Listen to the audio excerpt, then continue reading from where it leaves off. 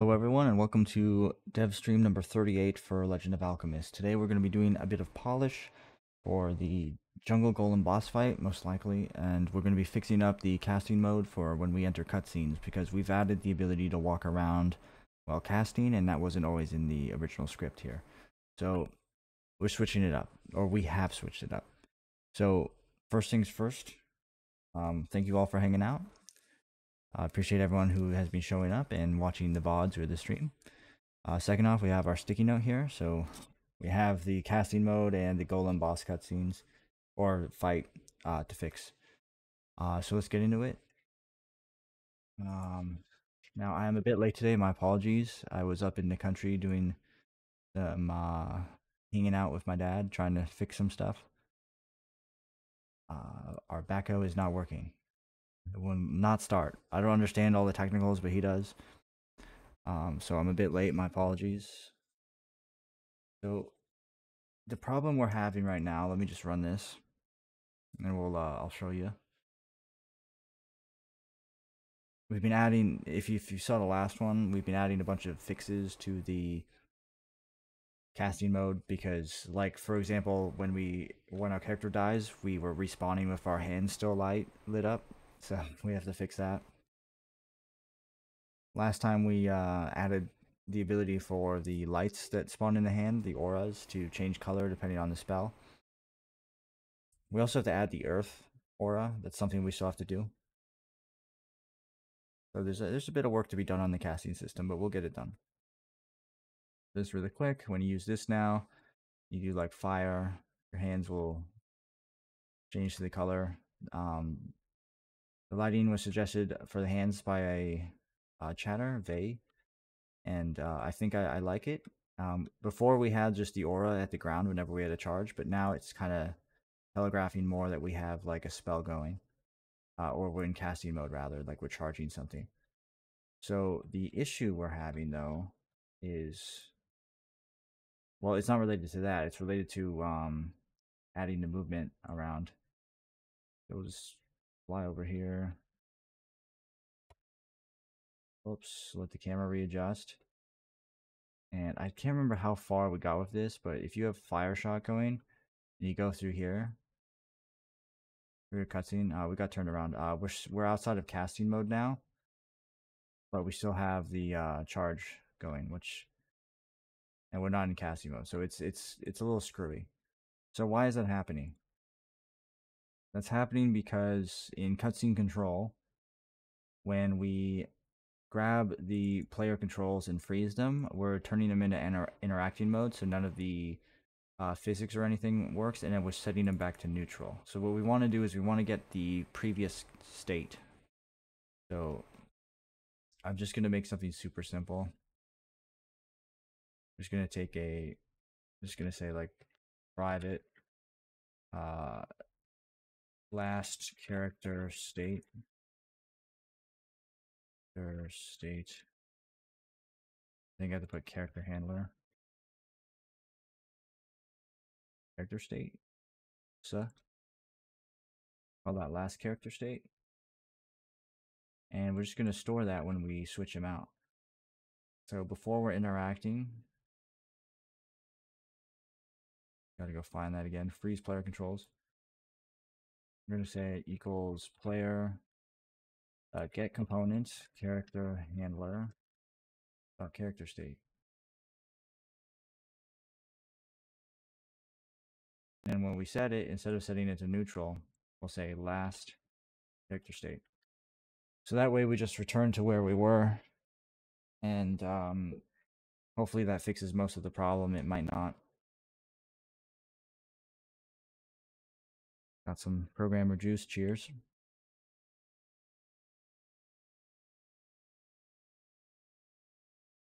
One of the first things my dad says to me is like, "Your eyes look tired." Like, yes, very tired. Did not sleep that much. Never do. But we're good enough to program.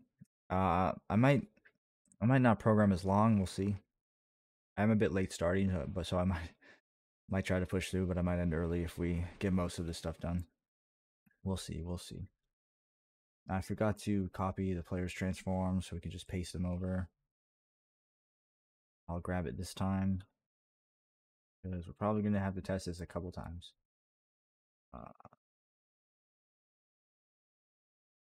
Put them here. We'll just copy component there.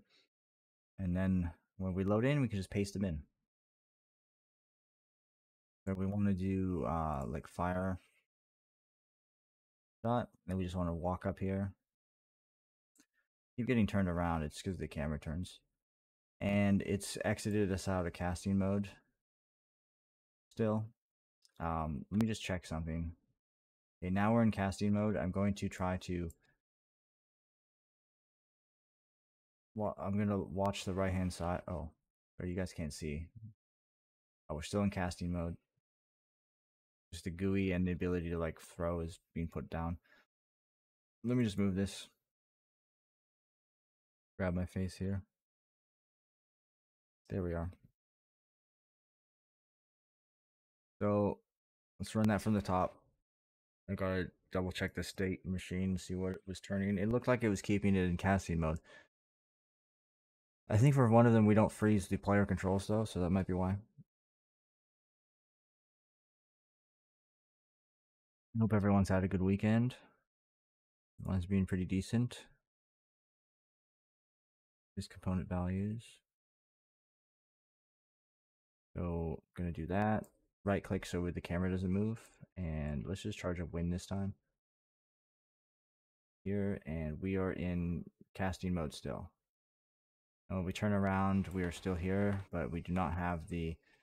Oh, it put us back to neutral. So that code...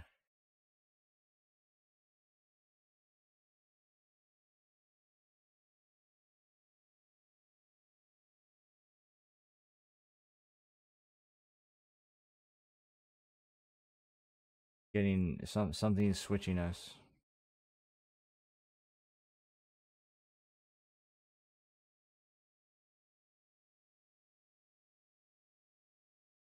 This should work.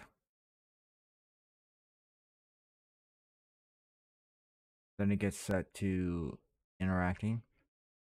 Then it gets set to the last state. Just checking to make sure there's nothing in the flow order here. So when the cutscene gets called, on cutscene start happens. And if there's anything that can change that we have with the boolean, so if disable player controls is turned on, it's a boolean. Excuse me. The boolean is turned on.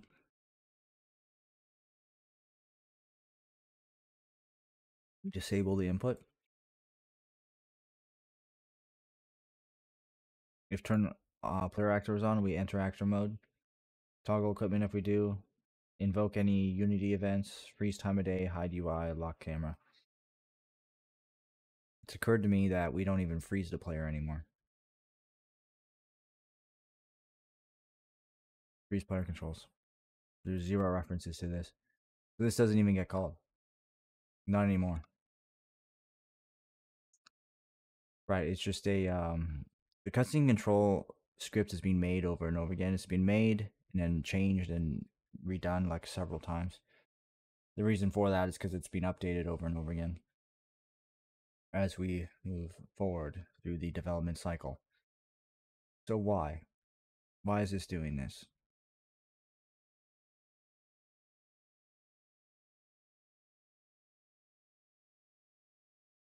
I don't think it would be in here, especially because the player does not have the schedules. We already checked here. We shouldn't be entering actor mode.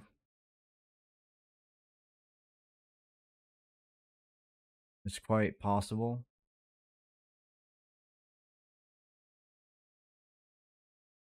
Now I'm trying to preserve the casting charges, because if you're in the middle of combat, because you could say like, why not just turn off the casting mode and reset the charges? The reason for that is because when you're in combat, we sometimes have the cutscene play. For example, with the chieftain fight against Chieftain Kuma Kuma.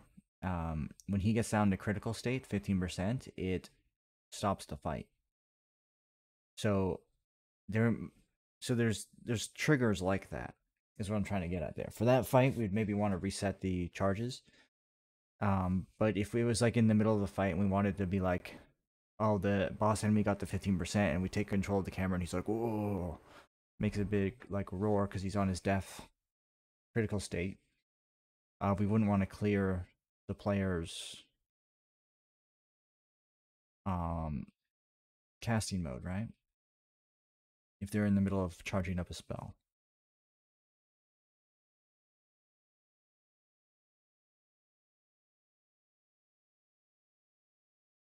So what's confusing me is why.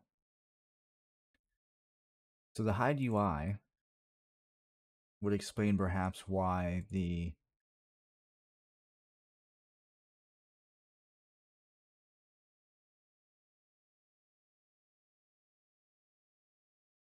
HUD might not be showing up again. For every transform child and canvas object, if the component is cutscene dialog controller, or a cursor attention bar, or a fishing cast bar, we don't turn it back on. So the elemental wheel should be turned back on. Shouldn't be getting. It should be get turned off and then turned back on.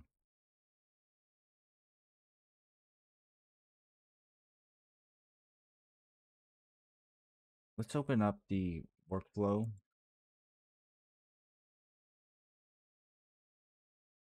This is going to be a head scratcher for me. There's going to be something. It's good. It's like one thing is going to be causing this. So disable player controls, hide UI. That's all. There is a cutscene trigger.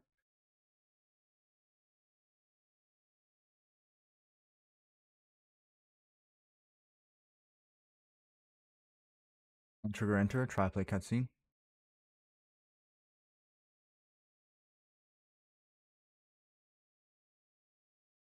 Play pre-fade, that doesn't happen here. It just says timeline.play. A lot of these functions aren't even used anymore. They've been moved to other places, like the freeze and unfreeze player controls. In fact, I could probably get rid of these and nothing would change.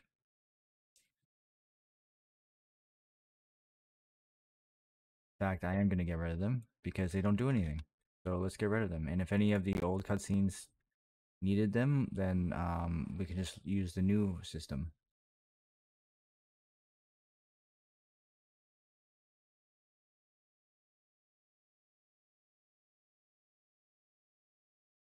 So it must be disable player controls.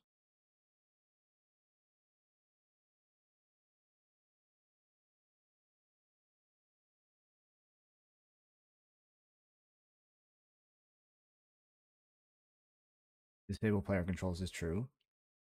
Disable everything except for interact. So you see, it doesn't make sense. So why is this happening? Perhaps it's related to casting mode input.disable. Go to definition. This is an input thing, so it just makes disable single action. So is it possible that perhaps, let's go to casting mode. Perhaps when this is disabled, perhaps it calls this function. It would make sense. So debug.log. Hey, I am called. It's quite possible that's the reason. There's only one way to find out. So this is an interaction between my code and the input handler of Unity's code. So I have to load in the title actually, my mistake.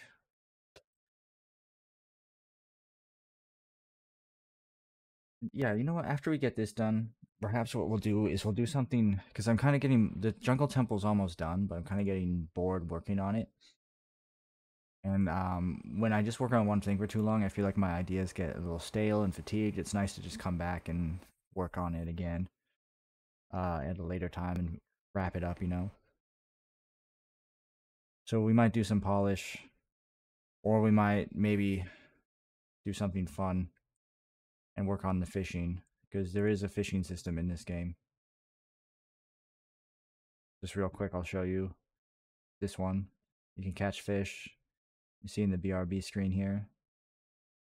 Really like that BRB screen. Like my favorite. Okay, so let's just do the fire casting. Open up the console. Clear the console. Walk in here. No karmic can play, but can play. Starting the thing, invoke end. So what's really happening here? Like, we're getting set back to neutral somehow.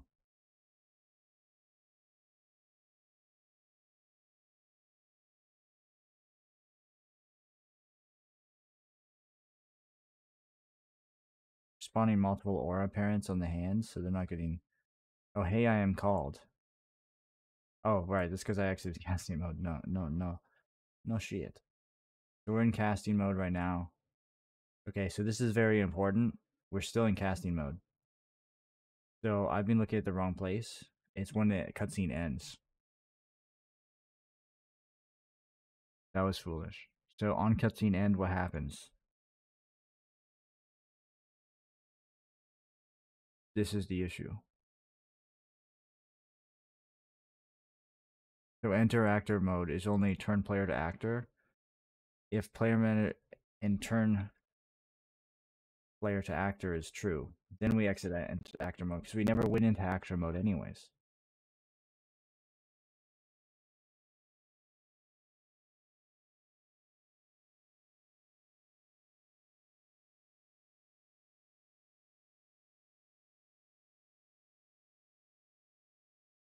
Then I enable input over here. I see. I see. See, this is what happens when you update all the code. And you don't, if you're not thorough. Enable input. So I was enabling the input through exit actor mode. We don't want that. We want it for here.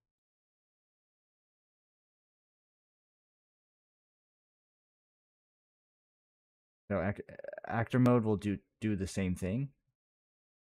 So maybe, yeah. So maybe we can remove that from actor mode. So we go to like enter and exit. We have disable input, enable input. But this happens. Usually we have both of them running in conjunction. These do not need to be here. Because maybe there's moments when we want them to be actor mode. No, actually, that's wrong. When they're in actor mode, we want the player to not be controllable at all either. So this is just, but it does a bunch of other stuff that makes it more controllable. I actually think we figured out how to make it work. No, my mistake. Actor mode is when we want to animate the character, because then we turn off like the physics and stuff. Something like that.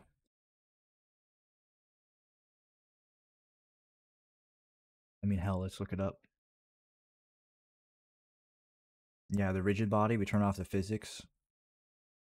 The nav mesh obstacle, the animator turns to animator physics. We use root motion, we set the control type to actor. So we're no longer doing physics calculations. And we set them to interacting.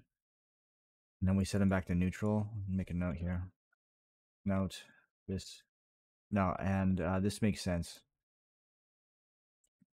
Note should clear casting mode.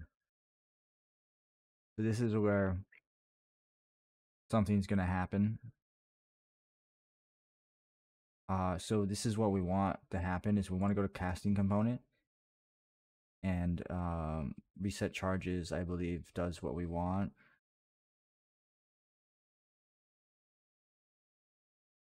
Pardon me as I scroll up here. See, we have remove auras here, but we also have, if we're not in casting mode, we delete these things. So we want to be kicked out of casting mode. So we're going to go back to, where was it, player manager? So when we exit actor mode, we want to say player casting component. So let's see, player manager. So get casting. No, we don't have the casting component available. The player manager is supposed to have all the getters and setters. So let's add the casting component. Private. casting component.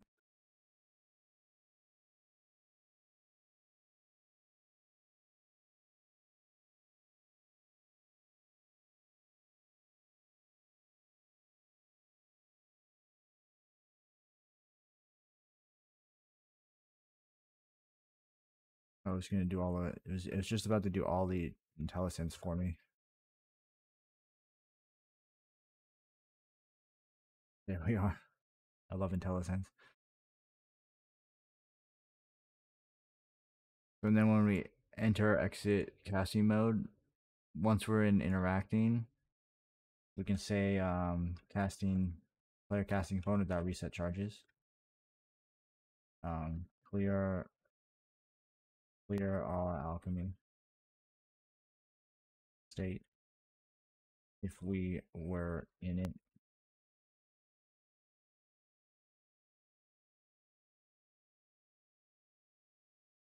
And we'll call it again over here just in case. And then we probably should call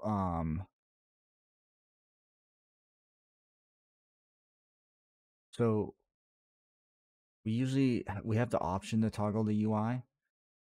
I think that we'll have to manually get it here as well. So player UI dot spell wheel, show spell wheel false.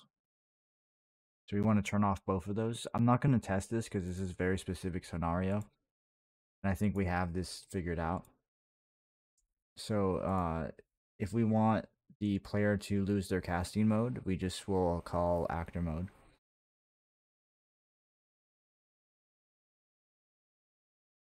Because in most situations, we should just let them keep it. The only situation we want them to lose it is when they're like actually getting animated and controlled, and like it's like a weird, like, you know, it's that type of cutscene where like they're doing dialogue, they're walking somewhere, and in that case we're taking control of the player, so we're just turning off their stuff. But when we're not doing that and it's just like a transition, like when we're like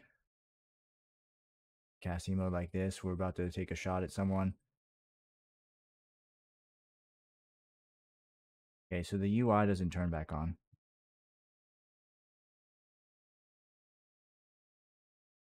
So hide UI, go to definition, toggle player HUD. So we have to have like a,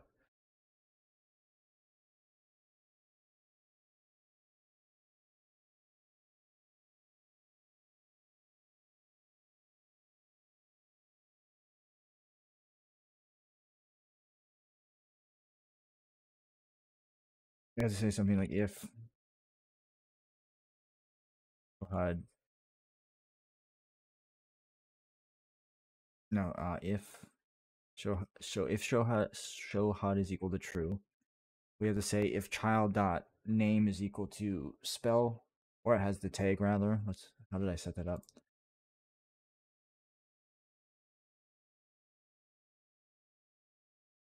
I'm gonna go to our spell wheel.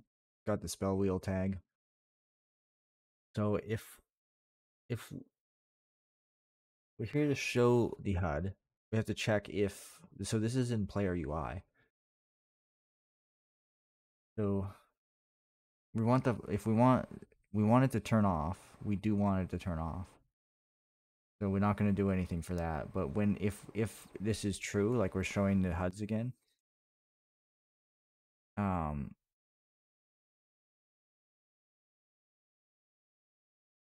wait, why doesn't the spell wheel turn on?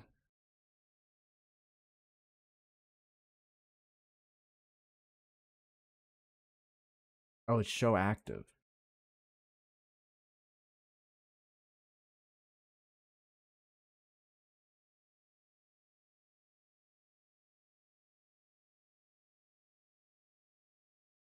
I think the reason this is an issue is an animation versus being turned on, turned off. Apps. Get rid of this for now. Where's the go spell wheel?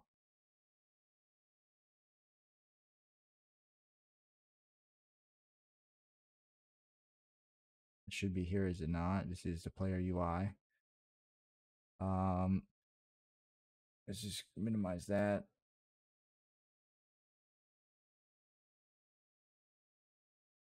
Count, inventory slots, display, window control.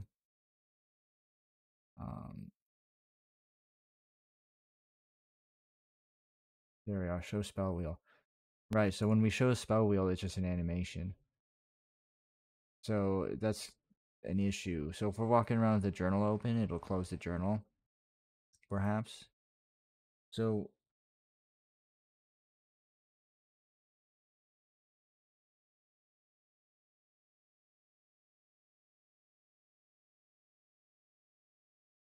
I guess when it turns it off, it returns it to its default state.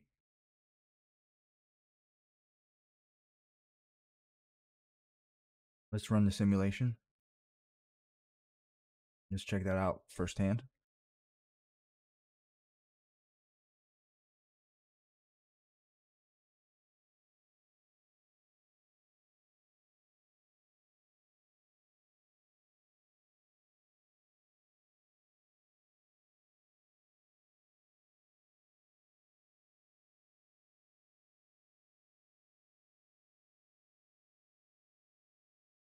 We'll open up the GUI, select the spell wheel. Spell wheel is obviously active. This is the 2D. Right now, its animator is saying, "Hey, it's spawn wheel open."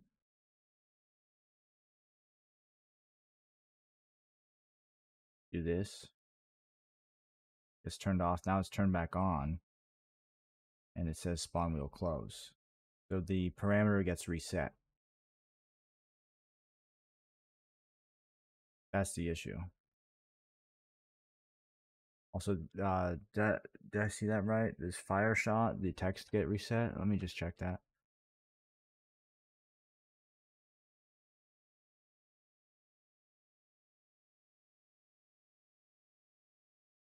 Fire shot's still good until we hit Q again.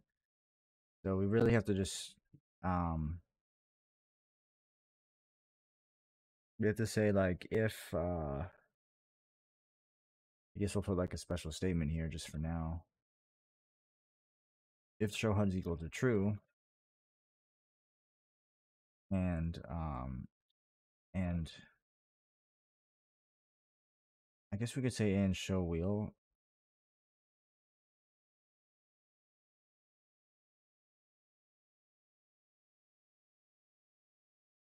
We'd have to get this bool, whatever this bool is. Like, get bool is open, but I think it gets reset, right? So we'd have to say it actually like if the player, what do we have access to without having to add anything? Character manager. Okay, we'll just say get component.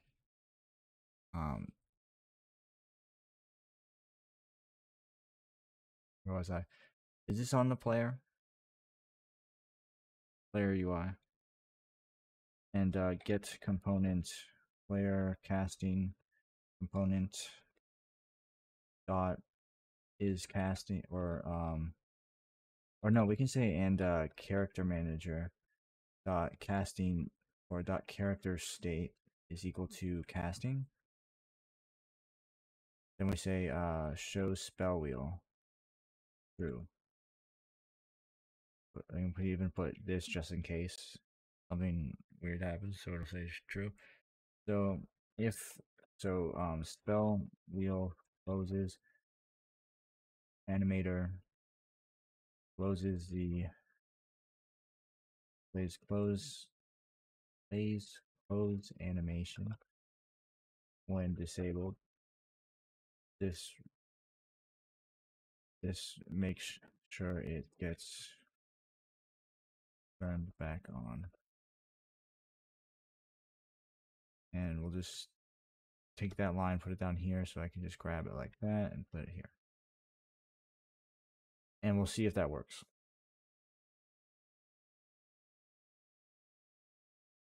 And then when we enter actor mode, it'll set us to neutral and then it'll get rid of that. Okay. I was about to say for a second, fuck, do we have to do another spell case or use case? I think that's a good way to do that. Well, if I was to program this from scratch, I would say that's a terrible way. I mean, I have programmed this from scratch, but what I mean is, like, if I was to do this again with what I know now, I probably wouldn't have it like this. But we're adding this into an already made function, so it's kind of like, do I change the function that I made, or do I just like add to it? Sorry, do I rework or remake the whole like player HUD toggle to account for this one thing? I mean, I don't even know what I would do. Um, I'd probably have like a set of things that like check like what's open and what's not open.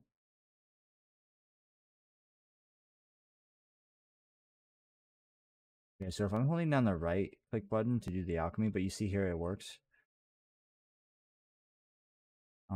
If I hold down the right button, I think that's what turns this around. So if I'm just like there, oh no, it's the camera. The camera coming back because he rotates towards the camera when he's in lock-on mode.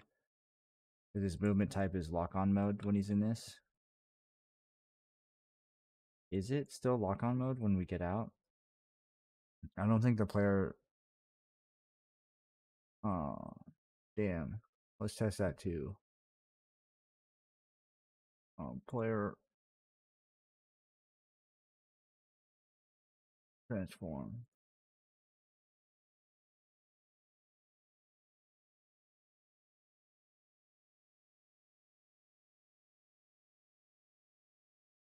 We're on locked on. We're still on locked on. Okay, we're on locked on. I just wasn't sure if that was gonna get messed with. Okay, and then when we enter actor mode, it should clear. It might not clear our locked on. Where was that player manager? Yeah, movement type turns to actor, so it'll clear lock on and all that stuff.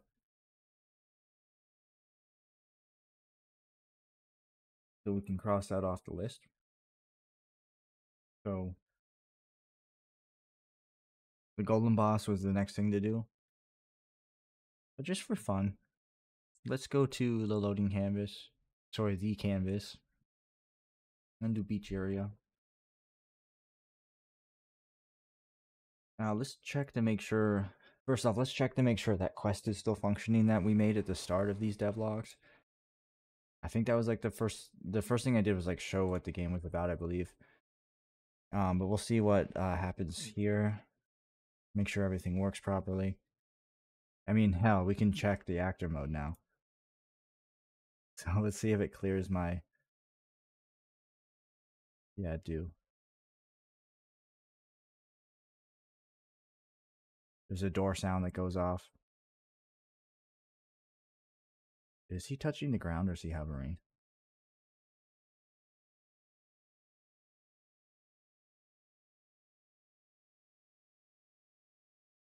It'd just be the angle. Oh, we kind of had that casting state, so we have to fade the upper layer.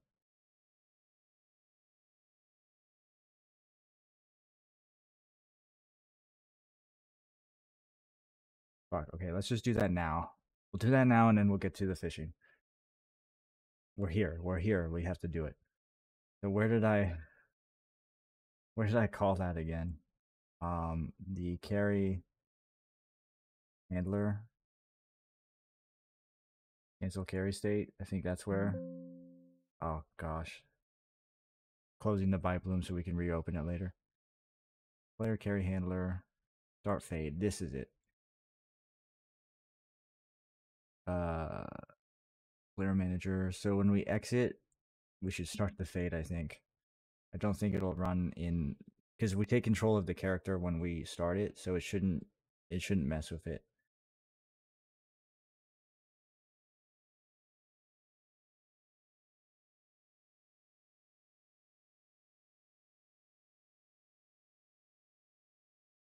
This works partly.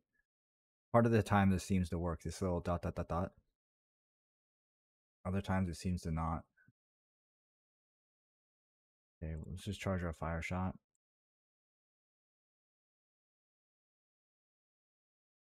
Get M to speed this up again.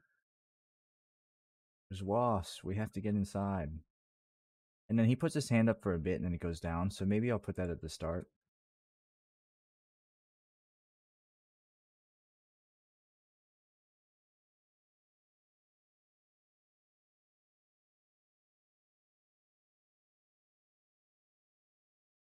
That bee didn't die. Take that bottle of honey that didn't despawn. Couple bugs here we gotta fix.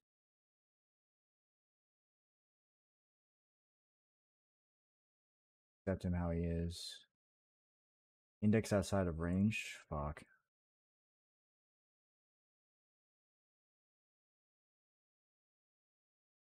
What's that about? Minimum attack range? Okay. Is that happening still? Why did that happen? Was that because of the cutscene? I mean, he didn't die right away. That might have been why.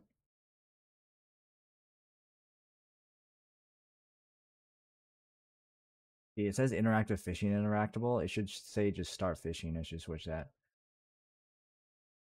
And then we hit E and it pulls out our rod and then we can rotate. Should maybe have some more indicators that we're in fishing mode now. Little power bar there.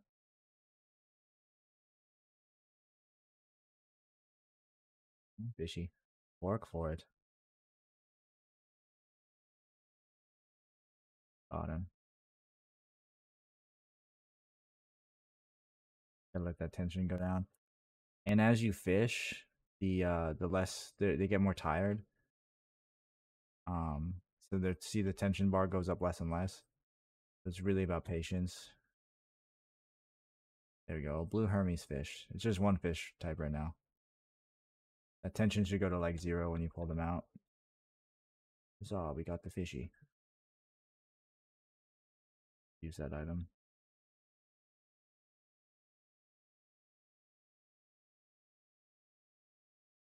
Oops, I was hitting Z. I can't remember what button is the quick cast because we have it in the bottom here, so we can use quick items.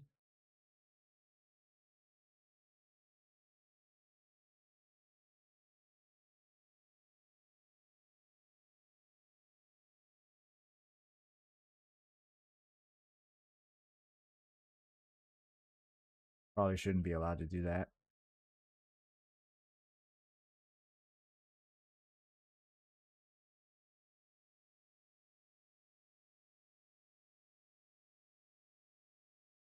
Isn't that interesting?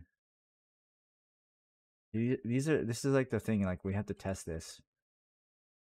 That's probably because their nav miss obstacle is trying to push them. These barrels will not be responding. Also, I should maybe make their path. I used to have the house aimed this way, but I switched it because I'm like, what's the point of living in front of the ocean or the sea or whatever if you're like your window, the only window these houses have, or there's two windows, uh, doesn't look out, or your front door rather, and the window doesn't go out to the front. There is a window over here, so I could rotate it back, I guess. The beginning cutscene might go off here. Oh, oh well, that's not good. Well, that needs fixed. We changed something. Okay, so there's a few bugs that we found there. That's something we got to check out. I think that the reason they were having that target issue is because they were dead.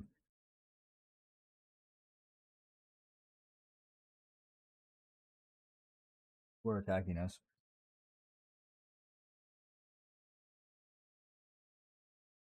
Let's just check that again. Also, I'm gonna try to skip this cutscene. See if the skip button's working. Sure is.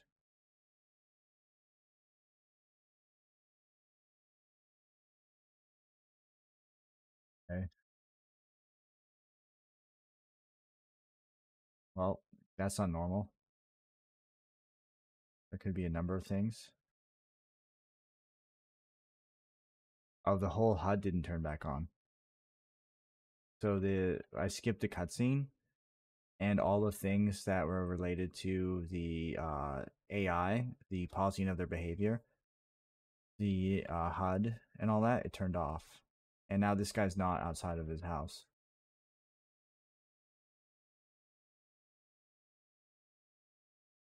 And these guys now, oh, there they go. Is it because I started hitting the E button?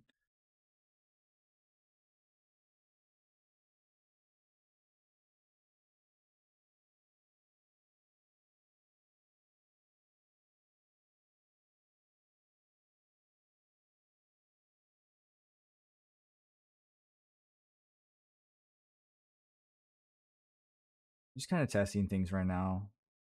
It's been a while since I've actually like played the game. They resume dead. They don't seem to. They're supposed to be despawned. Yeah. So I'm just like, you know, like I said, I didn't sleep much, so I don't really feel like coding a lot. I might get back into it in a second. I kind of just really want to work on the fishing, to be honest. I should maybe slow down the speed again. One of the things that the fishing is broken for, I need to have a bobber. Like the bobber does go under, but this is what's kind of broken about the fishing.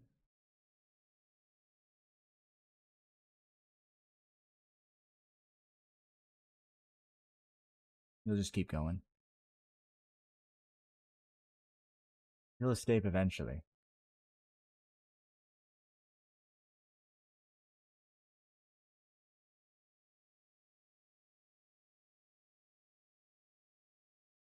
Yeah, button, give him some speed up. It's a fairly large map because you're looking out into the ocean. So I had to make it so that the horizon was kind of like far, and I didn't want to put random mountains. So it just kind of goes as far as you can. There we are. Now he's off.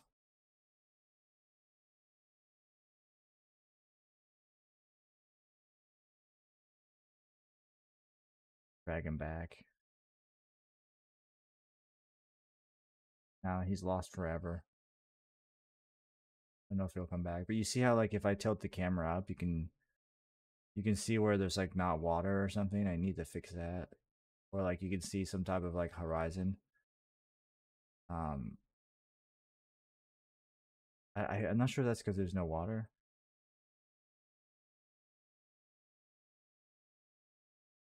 Or maybe it is the water going too high. There's a little fishy friend. Oh, that's why the water goes past the end of the map. That's the problem. Need to fix that. Whoa.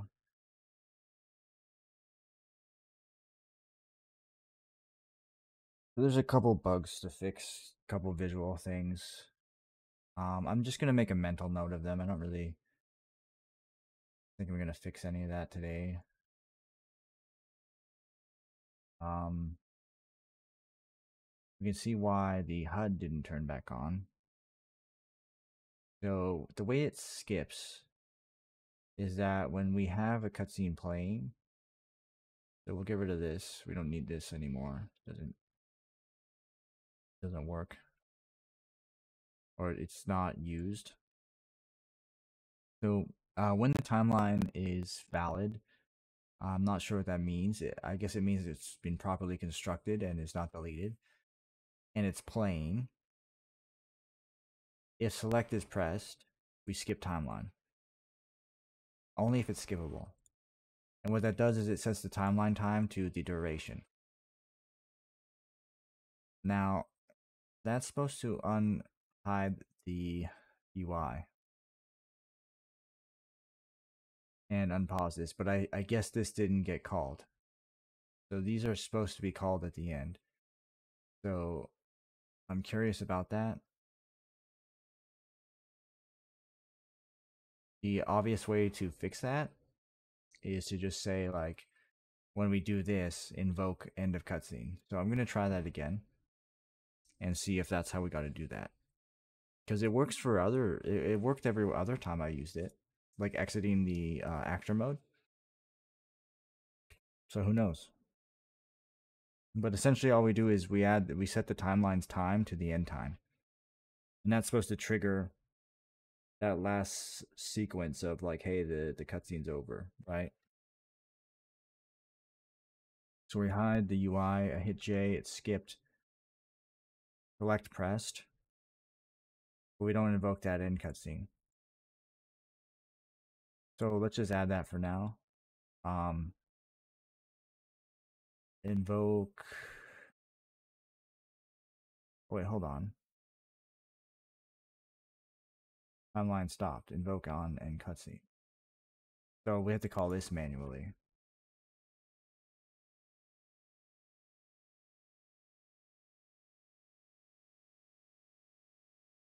And pass through the timeline. Okay.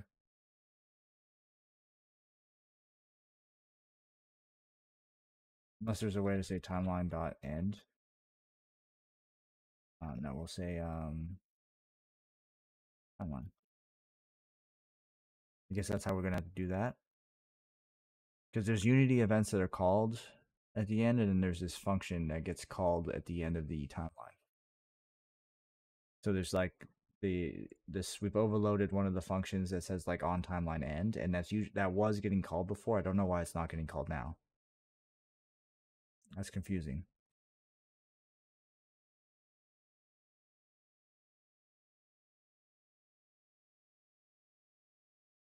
And there we are. I hit the button twice. Lo behold, everything's working now. Sorry, I didn't hit it twice. I hit it once. Why did I say I hit it twice? Well, I guess because I was thinking it would get called twice. But you see, it only got called once here. Yeah, man, when your brain's on tired mode, sometimes you just kind of like you're like half awake, I guess. I don't know. Like literally half awake. Okay, that time the bottle despawned. Sometimes we get that visual glitch where they're like blinking in and out.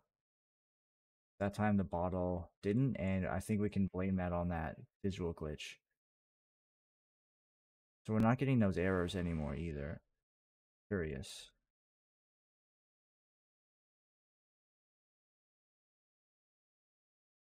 So I think they spawned. They dropped their loot multiple times. That's why that happened. Because look, we're picking up a bunch of them. So that's an issue. Now, what button was it? X, C, B, F? Maybe I took off the hotkey for... I think I did turn off the hotkey for using quick items. Oh, there's another issue. When we get out of our rest state, our hands are like collapsed to our side. Is that only when we get this state? Also, we drop down really fast. We should like lower that. Oh wait, what the hell?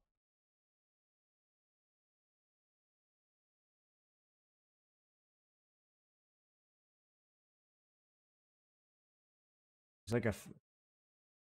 Hold on. If I hit it once, it like goes down. But if I hit it like that, it... So the fade mode, there's when we fade out of the, or when we switch out of the neutral, it's playing it way too fast. That seems to be the case. We just kind of drop. Oh, I know why. It's because it's trying to play the here, let's get our stamina down to like 99. I'll see what it looks like. No, that wasn't the case.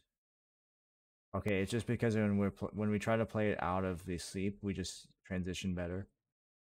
I'll have to fix that. This vending machine is like there's a 2D texture put on the front for the...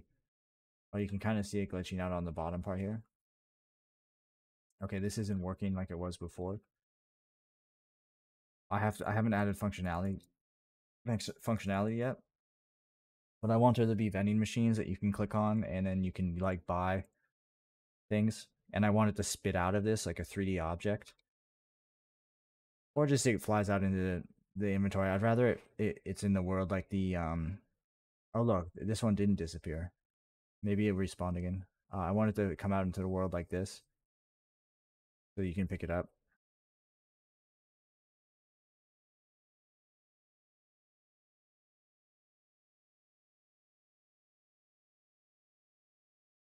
Interesting. So every time they spawn back, they drop another thing of honey. Oh, in the timeline, whenever we play the timeline, it will try to pause their... their schedule and resume it. So it's probably reloading them. So that's another bug. Uh, well, I forgot to say like this thing isn't reflecting light properly like the rest of it, so it's always light even during the day or during the night. Did we get rid of Hagu Hagu's cutscenes yet? We did. We have to figure out what to do with this place. This used to be Hagu Hagu's place, but now he's actually part of the Jungle Golem tribe. Oh, this is wrong. This wasn't like this before. I moved a bunch of the things around because of I was trying to add like a gate. It's in like one of the first couple devlogs.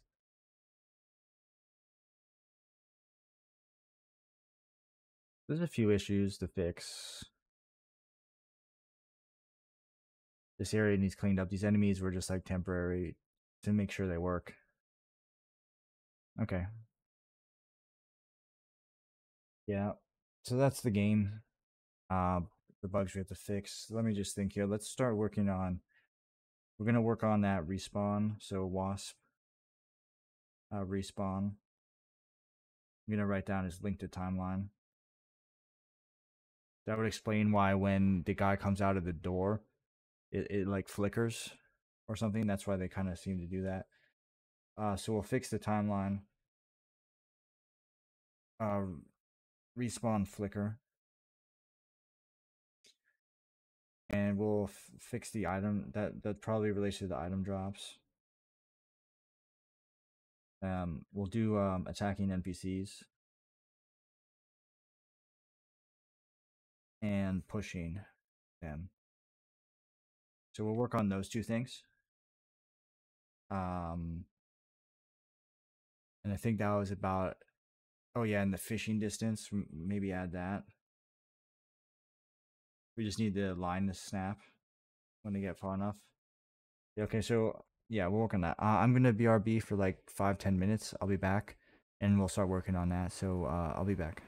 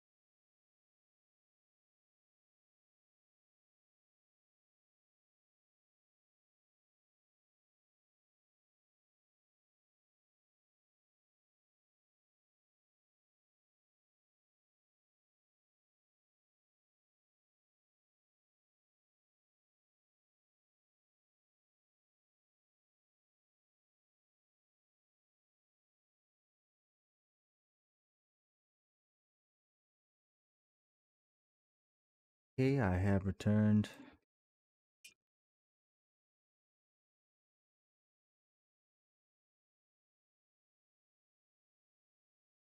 Got myself some coffee.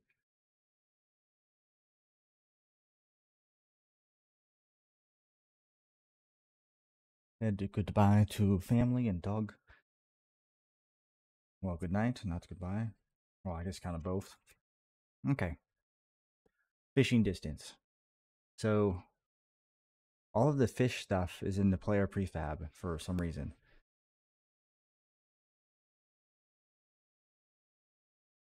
So, let me refresh myself on how I did this. Fish spot. We interact with the fish spot, I believe. No, the fish spot. The fish spot creates all the fish. Fishing line.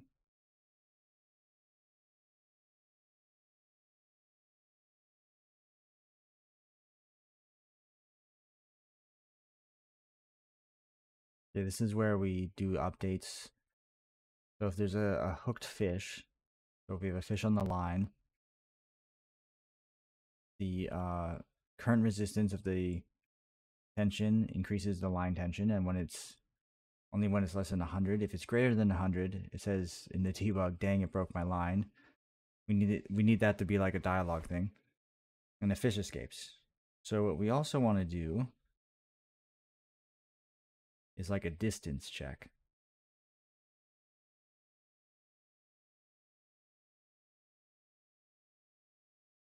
So this distance stuff here is the distance when you catch the fish and when you start pulling it out of the water. They both say 0.5. I'm not sure why that is. It's also the same as real speed. I don't know if that's switched in the actual inspector. Let's check. So the player has a fishing line attached.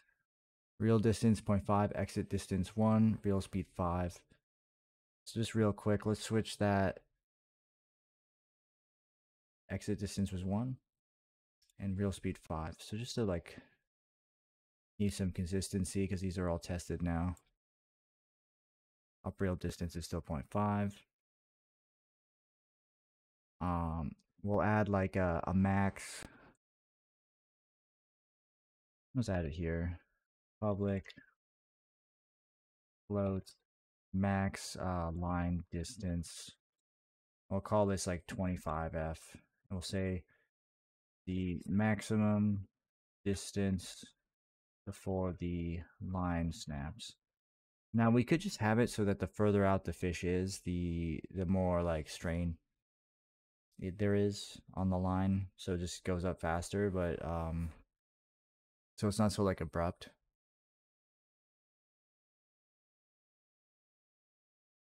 No, because there's not really a good way to do that.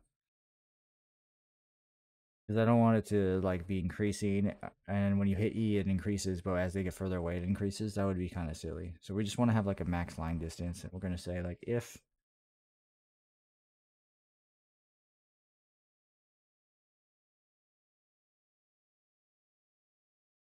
vector3 dot distance hooked fish and transform dot position greater than 100, or sorry, greater than max line distance, and we're gonna say hooked fish dot transform dot position. That should roughly be what it is. It'll be from the top of or the middle of the fishing rod to whatever, because the fishing line component is attached to the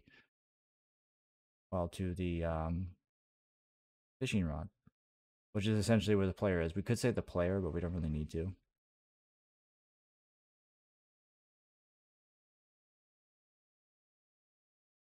And we just do this. This should be enough. And we'll just a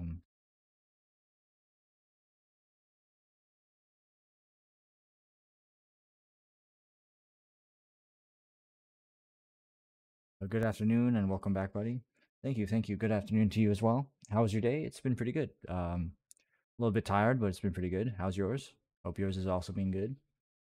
We're just I was gonna do some polish on the golem boss fight, but I decided I'd do some fishing, something a little more relaxed and fun. Do some fishing. Um, Polish. Yeah. Mine has been good as well. Thank you. Awesome, awesome. Glad to hear. Glad to hear. Um, yeah, we're just doing some fishing mechanics. I can never go wrong with polishing up the fishing. Hell yeah, hell yeah. I've added the line distance now, so hopefully the fish will get away from us if they get too far. Or maybe I'm just thinking about how I can't remember how Digimon World did it. Um, when the fish get too far, it's either like it starts to increase the tension faster when they get at a certain depth or distance. Your fishing is already leagues better than Digimon World Next Order. True. Don't just hit don't just wait for that exclamation mark. Yeah, that's a shame that they decided to go that route. We cast that. Okay, we got the fish. Let him go out, and there. So at that distance, he gets put away. Okay, now that's glitched out. So we started with high power. So instead of re-entering, cast again. I love the tension from the first game. Glad you're incorporating that. Yeah, yeah. The first game had the best fishing ever. At least that I can recall of in any video game I played for a while. So if I enter casting mode again, okay, now it worked. That was strange. Yeah, it sucks that they never like followed up with that because even in Digimon World 3, it's just like a bar. Uh, Making the fishing active is so much better than just waiting for your Q to hit X. 100%. They really screwed that up in Digimon World 3 and in Next Order. They really screwed that up, and in fact, a lot of fishing games, I feel like they screwed it up. They just oh shit, I fell off. Some guy in the director, whatever it is, was just like, oh, people like fishing, add fishing. And they didn't realize that people like the mini game of fishing, or at least they didn't care, perhaps. Not the okay, the character's falling. They like I think people like the mini game of fishing, not to just like hit a button so you can fish. The gameplay itself rather than the act of catching something.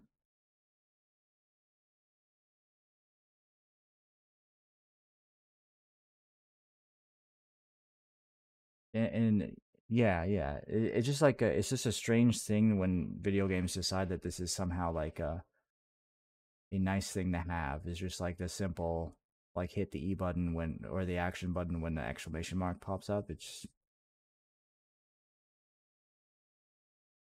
I mean, I guess there's an argument like it's like it saves you time.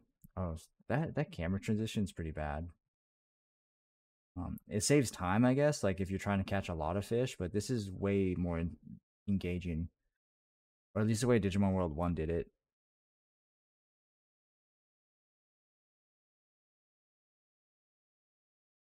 So I made like in Digimon World 1, oh, that's another issue. The fish is going into the sand. In Digimon World 1, like you to catch a lot of fish, it takes a while. In Digimon World 3, or maybe Next Order, rather, you can just catch fish like crazy. In fact, they timed it so only 10 hours passes in game, or 10 minutes passes in game whenever you go fishing. It just, so I guess like in terms of like how much fish the player can catch over time, but I still think that this mechanic or like having it as a mini game where the fish are like interactive is superior. That might be like a problem that a lot of new games have is just like they're trying to like get everyone's time managed instead of just having something kind of like relaxing. Couldn't agree more. Yeah, yeah. Back when games were good. Now everything's just like a psychology hack. Yeah, in return, just making things way too easy. Exactly. They just want thing like they just want people to have that like, and this is something like that. I don't know if I'm thinking about a game developer conference or something that I just remember game devs talking about is like the way they make games now to be fun is it's all about that time versus reward, like how long something takes and what kind of reward you get. So they do things like what would you say like they like it's like I had an example. Sorry, I'm really tired. Where did that example go? Um, yeah, sorry. It's like the idea where they try to like make it so it's in a certain like threshold of like making the player seem feel competent versus like handing them the keys to victory. And in some games, they'll have like these background things where like if you're like struggling, instead of like making you learn by failure, it actually like alters the difficulty in the background so you can't like you don't get a chance to get better in a way. It kind of like changes it for you in the background. Yeah, it's so like I don't know. I think one of the Resident Evil games might have done it, but it's kind of like condescending from the developers, and they're just trying to like. And I understand what they're trying to do is they're trying to be like, okay, the player's not allowed to get stuck at this for more than 30 minutes. So if they're struggling after like 5, let's lower the difficulty without telling them. Like it's like, oh, thank you, sir. But I would have liked to have overcame the challenge. They even start having party members, if it's an RPG, backseat you when you take more than a minute of wandering. Yeah, I've heard of that. I think God of War did something like that, the new one. Like if you're just walking around an area, they'll be like, "Oh, hey, um, you should examine this," or "I don't think we have the ability to get there yet." Stuff like that. Hey, hi, uh, Kanchi. Sorry, I don't know how to say your name exactly. Kanchi, welcome to the stream. We're just doing some fishing polish. We're just looking over the fishing problems, and trying to fix them. They're like, maybe you might try going this way. Yeah, exactly. Those types of things. Yeah, it's kind of just weird how they develop. I mean, I get it. Like they're trying to like min max people's time. I'm sure it's like, you know, that works for some people, but I prefer to like overcome challenges and figure things out. Okay, so the bobber here is not always being vertical like it's supposed to. So that is off. And I'm trying to replicate the fish going underwater or under the sand. And I think it's just when I spam the E button. So that's something to fix. But the ending of the fishing works. Let me just put, dang it, got away. It's just a debug. Yeah, not everyone wants that level of handholding. Exactly, exactly. Now I think this also stems from like a fear of like what the old games were like. Like there's some old games that were just terrible, where they just gave you like no direction whatsoever, and there's like spend 5 hours walking around trying to figure this out. Yeah, and I don't mind looking it up on the side if I absolutely need to, but that's better to me than having the game feed me through the party members too. Yeah, yeah, it's yeah. I prefer if like I get stuck, I can look it up. I don't need the party members like randomly spouting it out before I've given up. Like it's nice to have the choice to be like, okay, I wish to give up now and look it up instead of having them be like, oh, time's up, time's up. It's time for me to tell you the answer. Yeah, stuff like that. Strange choices. Okay, so this is a line renderer.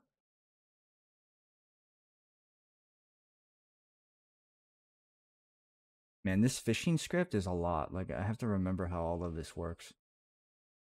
Um, the reel in, past line.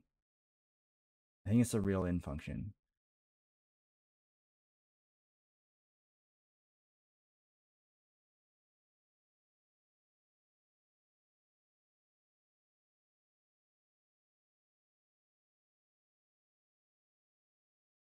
Can't wait to do some fishing in your game. Uh, yeah, yeah. Hopefully it gets to a good level. I appreciate the comment. I look forward to getting this out there. I think it should be fun.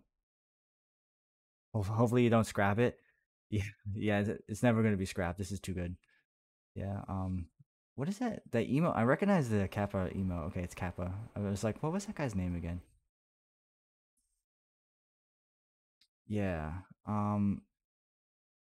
Yeah. Fishing's a definitely like it's something I definitely want in the Cheers. Yeah, I definitely want it in the final product because I just fishing in Digimon World 1 was a big deal to me. Even though I don't like in my last playthrough I did on stream, I didn't fish once, I don't think. It still was like a major part of the game. Just it's such a amazing like it's weird how like one simple mini game is such a big deal.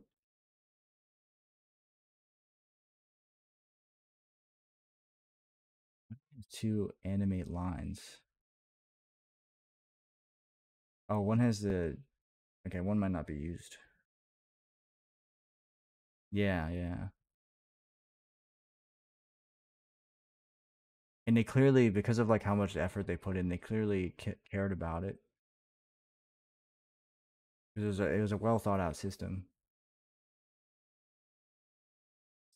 Okay, I think this is the definitely the code base. I'm having trouble like just reading the code.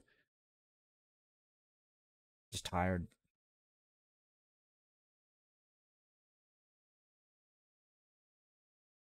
The first thing my dad said to me pretty much when I saw him today, he's like, "Whoa, your eyes, you look tired."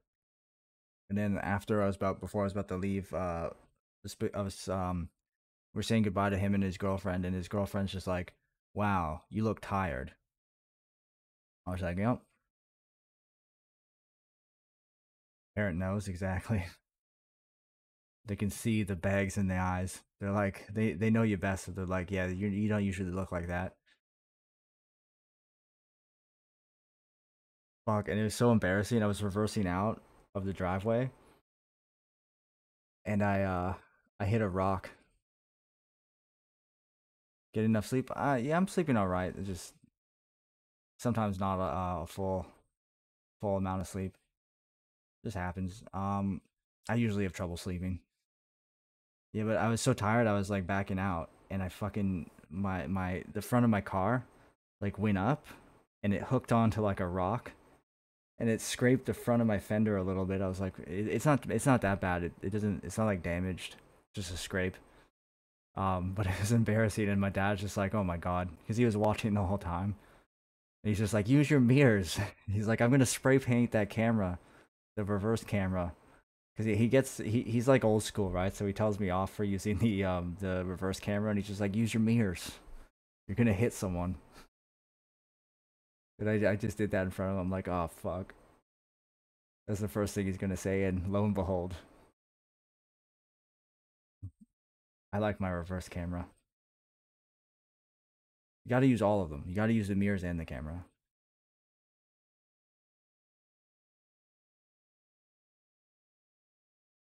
The bloody hell. Bobber transform, direction, real speed. Here it is. Okay. The fish is hooked onto this. I swear, I looked at this code like for like 5 minutes, and I'm just like, it's just like not. It's just evaporating as soon as it enters the brain.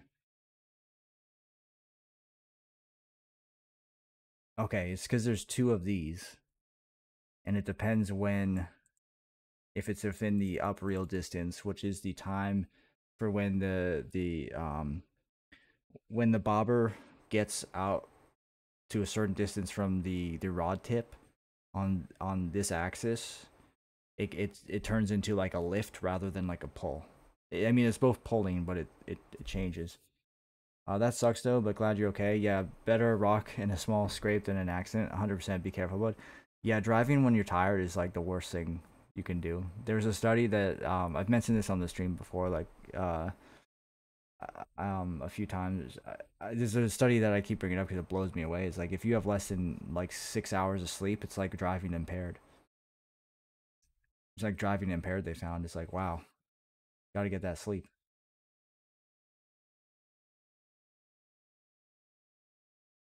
Yeah, it's crazy.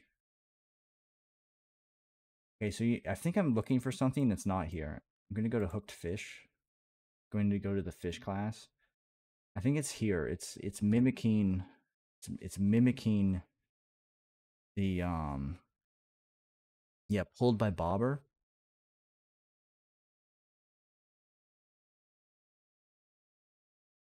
Wait, and try escape. If we're not reeling, it tries to escape. I think I might not have finished this completely. For reals, yeah. Sleep is so important. Um, pulled by bobber. Yeah, there's a time where like I couldn't sleep for like I would only get 3 hours of sleep, and I was like, in like 1 month, I almost caused like 2 or 3 accidents. So I was like, okay, no more driving if I've had less than 6 hours. Okay, so the offset from the mouth transform to here. And here I turned the offset to 0, and then I commented this out. Why? Yeah, gotta get that sleep. Yeah, by the way, just for the record, with this code here, one of the reasons I have to look through it again is because I asked ChatGPT 4 to help me with this. So I had a framework. I asked ChatGPT 4 to help me with it, and I kept adding stuff and asking it for more help and like being like, "Hey, can you look over this code?" And then it got so messy and it just stopped working that I had to stop using ChatGPT and just start pulling it apart myself. But the framework was already made, so some of these are like some of this is ChatGPT helping, and some of it's just me, and it's just a confusing cluster now. I pretty much had it quite like working with bare bones. It's just like some of the math and some of the like the ways for it to kind of like transition between the different states or something. Yeah, it got confusing. So sometimes when using ChatGPT, it's not the best. It's not the best.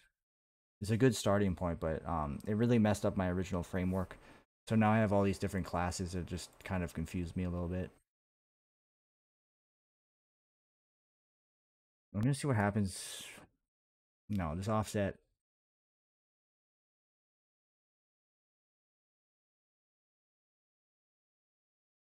Yeah, the offset equals 0. I'm gonna see if that's gonna change it. Gotcha. Yeah, these things still need our human ingenuity. Yeah, yeah. Sometimes they get a little crazy,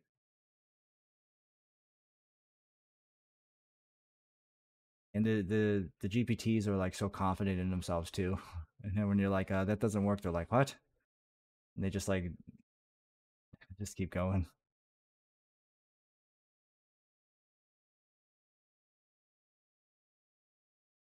Let's skip this. Run over here. I should really. I don't need to load in from the level. I don't think I can just load it from here or from the title.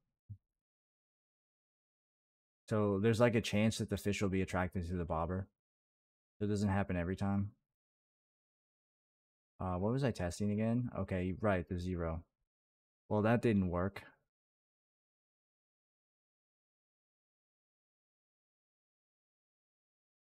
Not even trying to escape now because he's out of water. That's why. So there's a gotta go and meet my brother. I'll be back in an hour. Okay. See you in an hour. See you in an hour.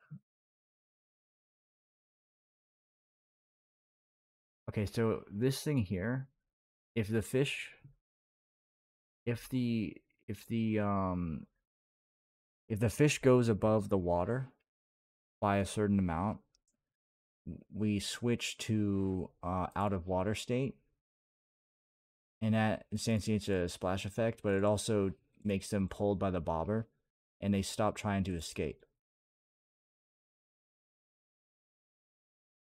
So when I switch that offset to 0, it seemed to. Where am I? I'm lost. Try escape? No. Pulled by bobber. When I put this in, I must have commented it out because it seemed to make it so that it came out of the water. So the offset must be, so the fish transform minus the mouth position. So switching the offset to 0 increases it up. It must be a negative number because it's below the plane. So we don't want that.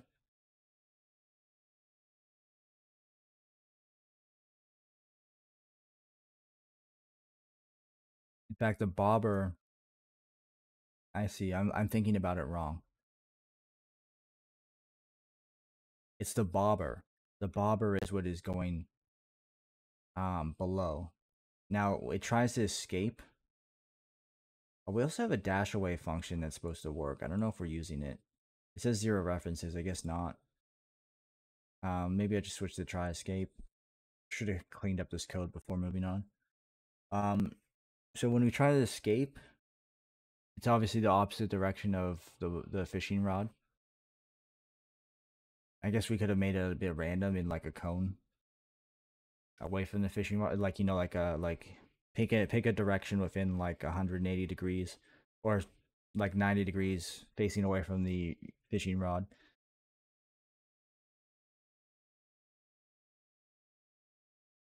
And we move towards that, and then the bobber follows the mouth transform. So I think when we're switching rapidly between the trying to escape and getting pulled by the bobber, because trying to escape only really goes off now when we're not reeling them in. Because when you're reeling them in, you're just adding that tension. And then when you let go, they swim off. Because the tension is them trying to pull away, sort of, right?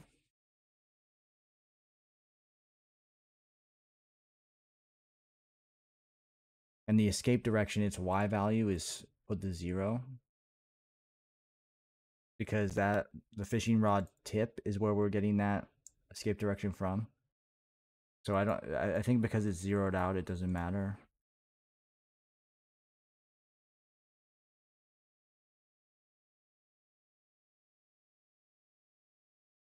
What does move towards do?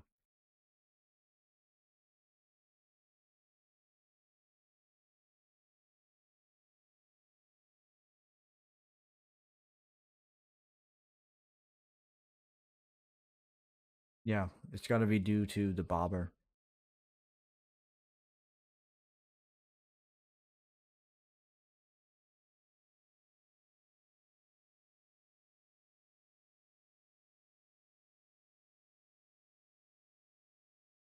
So we have like can't remember what order these are, but we have approach bobber and hunt bobber. So the bobber is obviously that thing that bobs up and down in the water. And yeah, they approach it. So if it's within their hunting distance, they'll like start to go up towards it. And then there's a probability they'll like if they'll bite. And if they do, they enter hunting and approach the bite. And when they're in hunt bobber, they slow down. I believe that's what happens. They have a hunting speed and they slow down. So they get into like a lunge distance. I don't know if that's how actual fish work. It's just how Digimon World 1 seemed to work. I think there's something about like real fish, like they don't have the ability to like slow down that well, so it's just like all or nothing. Maybe some of them do, but I think it's because the way they like it's hard for them to slow down. Maybe they can like flap in reverse or something. I don't know.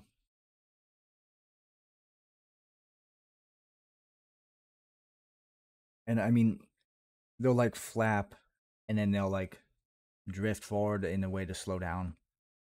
But what I'm trying to say is, I don't think they can like flap in the reverse direction. I don't think it works like that. I think it always just kind of propels them forward. Um, like I don't know if fish can like swim in reverse. I've never really thought of that. I don't think they can. Maybe some of them. Anyways, when they get in the distance, they bite the lure, and then they get dragged.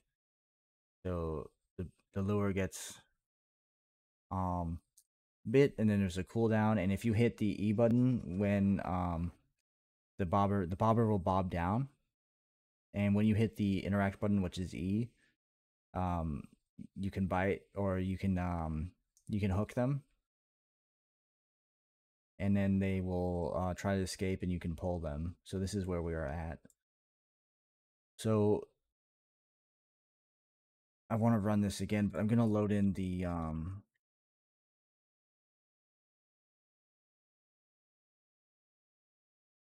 each area one, so we don't have to load in the title and do the cutscene every time. We should be able to test it from here.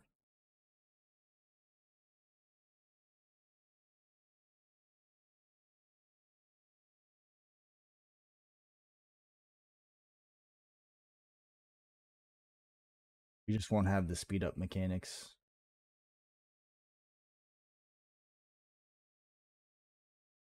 Yeah, so and they're spawned in like a square, and they'll swim around the square. I have to switch that. It should be like a circle, because a square is kind of like, this corners to a square. Circle's like a range. And sometimes the cast looks a little janky.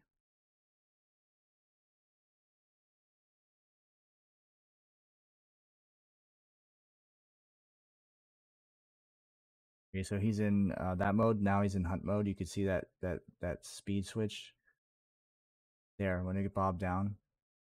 So I think it's like when I do this, or is it when I do like the long? Okay, it's like these long ones, like they're eating downwards. I'm not sure why that is. Let me catch this guy.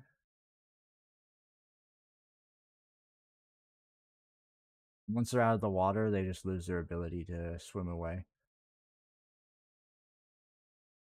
So we'll just cast this out. I can move the camera around when it gets close if we want a better angle there.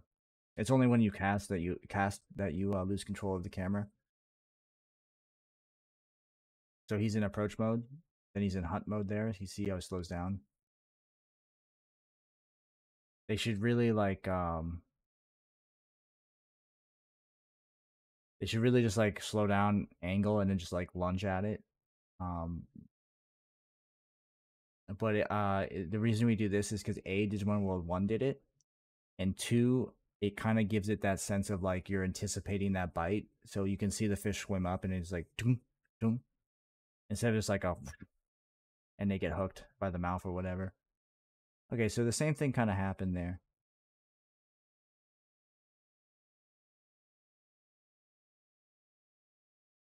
Yeah, and here's the thing: when the power bar goes up, the animation plays, and then it plays in reverse as the power is going down. So you can cast it at like half power on the way back, and it'll still go.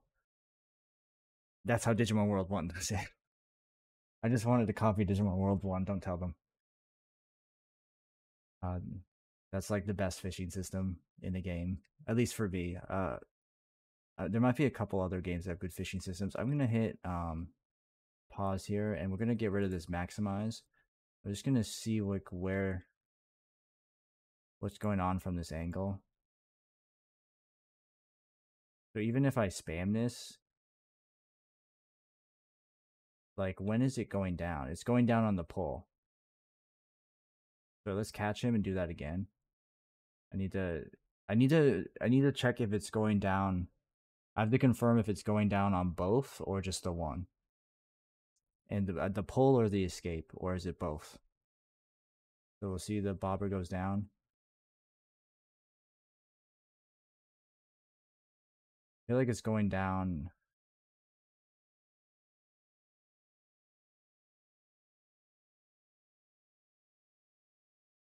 I think it's going down on the escape.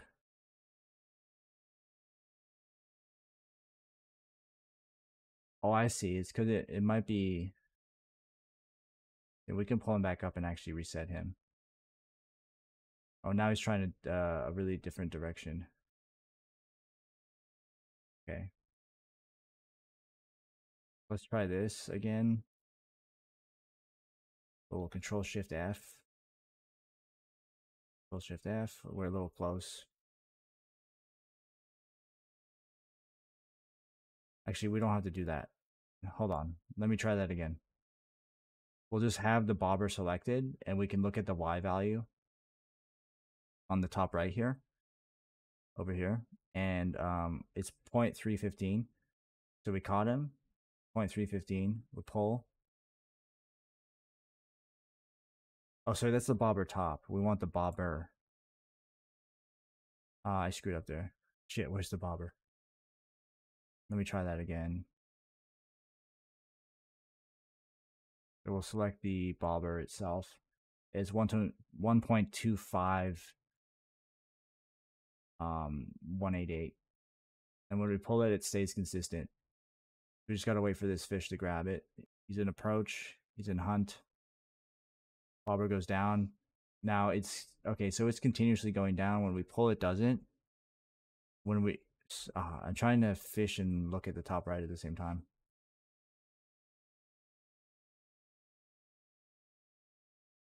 But I think it's on the pull. I think that's what we've confirmed there.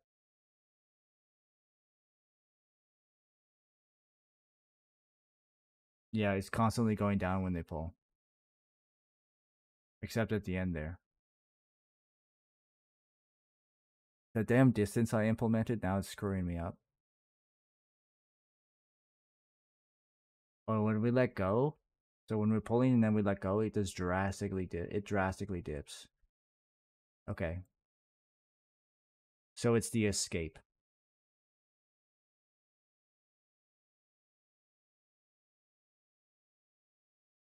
The bobber transform equals the mouth transformed opposition.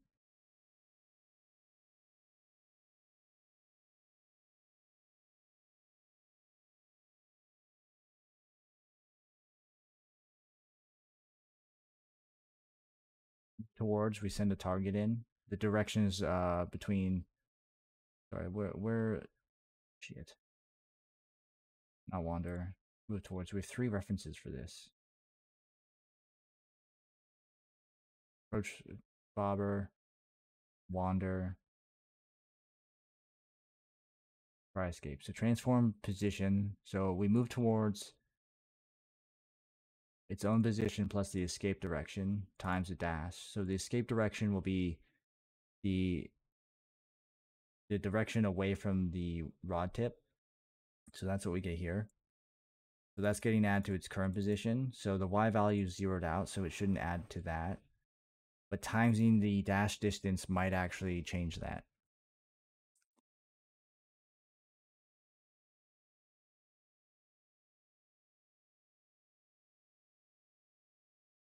So it might be because when we add these two, it's going to be the Y and the Y here, 0 plus whatever it is now. But then when we multiply it, it multiplies whatever we have now by that. So we might actually, it might be because I don't have it like this. Oh no, because it's bed mass, right? Brackets,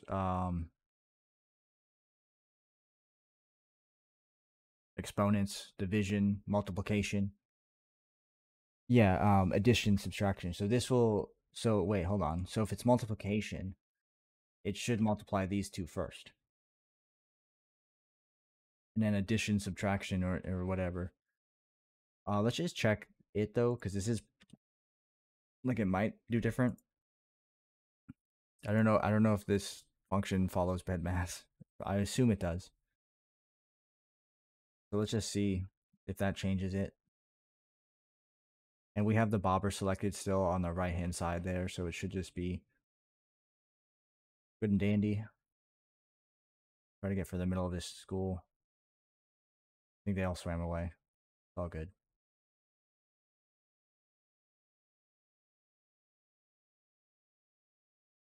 It's still going down.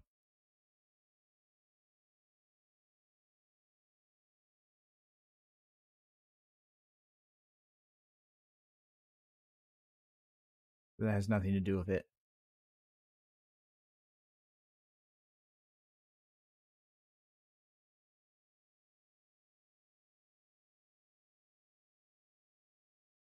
Now it is the bobber that we're tracking, and that's the thing that's going down. So it could just be the mouth transform. Oh yeah, that's exactly what it is. Because the Well, first off, obviously, because it's where we set it here, but I wasn't thinking. The rotation of the fish will lower and increase it seems to increase and lower like depending on where it is. So if we set the bobber to be where the mouth is, whenever it rotates around, it'll be screwed with. So if we put this above, I don't know if that'll change it. Because move towards gets called, and then because damn, where is it? It's this one. Because this was below it, move towards would get called and calculated, then the bobber would be moved. Instead, if we make the bobber equal the mouth position before it moves, exactly, before it rotates rather, that might cause a bug. But we'll just try it.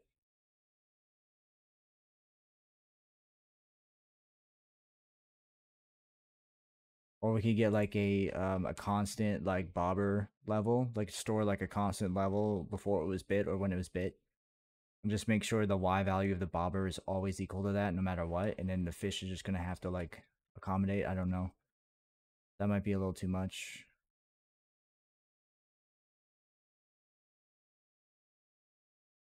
Yeah, it's still decreasing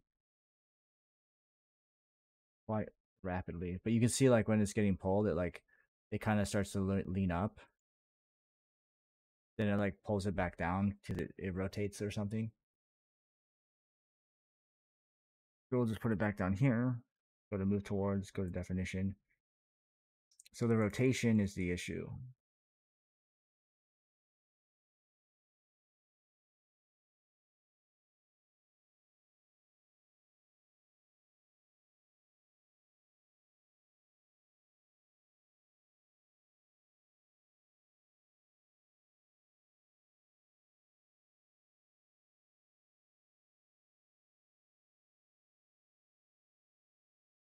So it looks towards the direction that we put in, which is the target, which was the escape position plus the position times dash distance.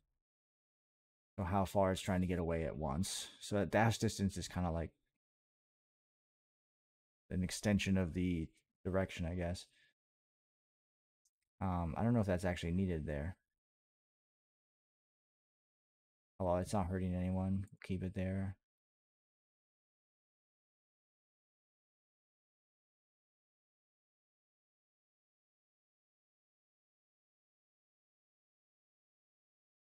Also be how we use slurp.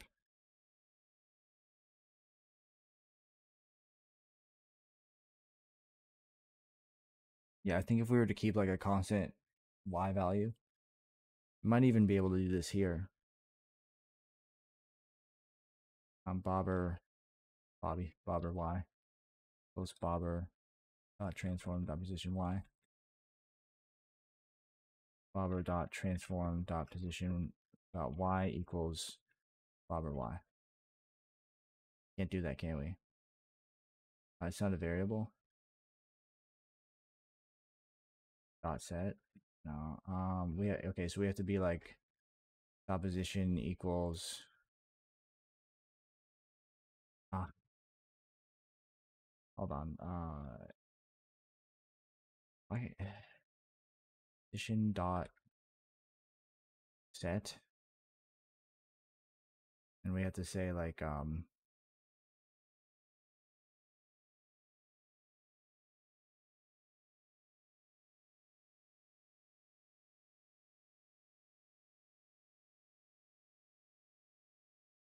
guess that's how we have to do that. So then we'll just reset the y so it's there every time.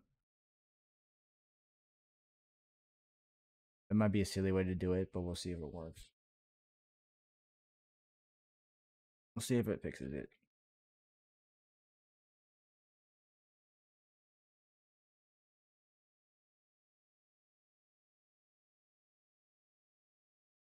And I'm storing it like before any movement of the bobber should take place. So that might, at least that's where I assume. Oops. No, it's still getting pulled. You just see up there.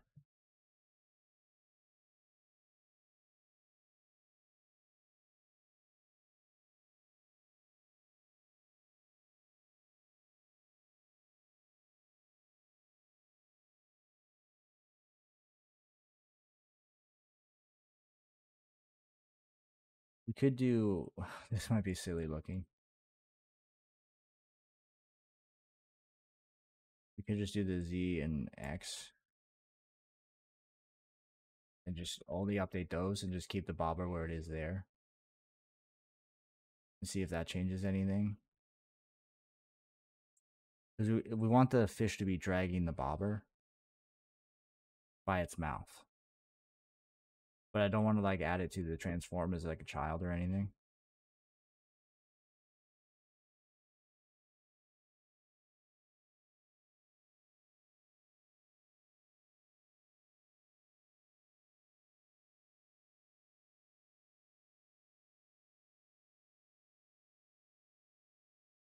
He doesn't even drag it anymore. What did I do wrong? Position dot set. Mouth position dot X and Z.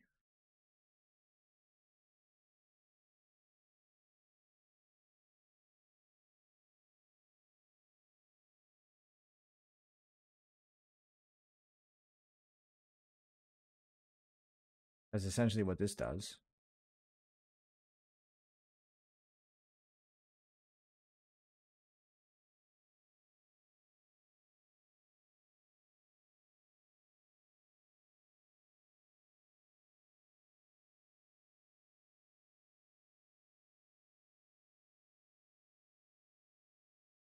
Could be that the position of the mouth transform, the X and Z are not lined up. Like it could be rotated somehow. Like that rock was with the hive nest. So it might be actually the mouth transform might be like because it's part of the fish, it might be off.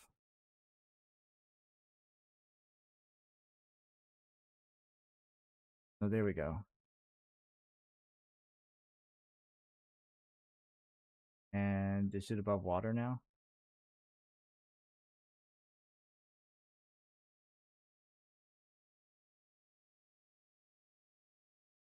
Yeah, it's out of water.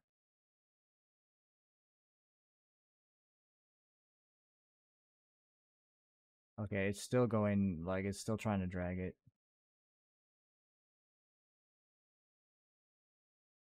Like, every time we hit E, it seems to almost, like, bring it up.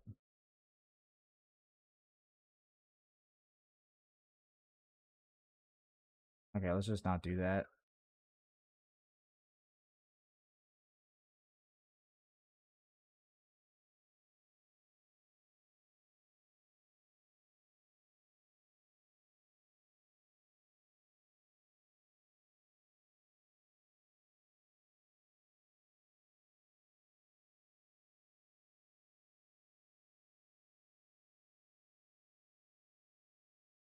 You know, it'd be better if we just moved the mouth transform and just had the fish follow it.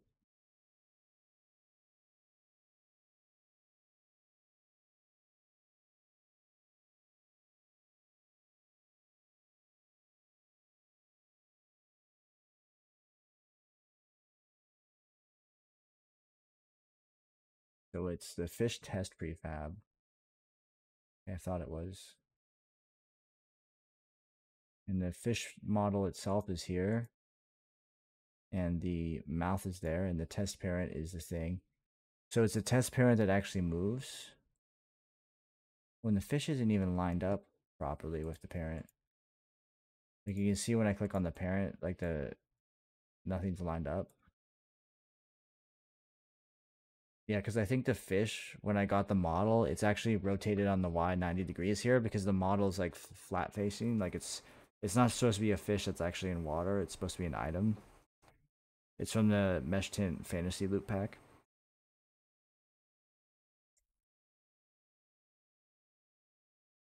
That's why we moved the parent around here.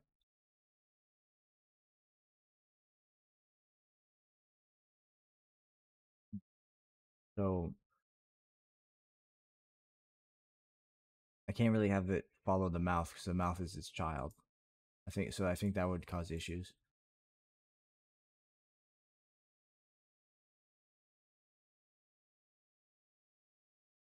But we want the bobber to be following the mouth.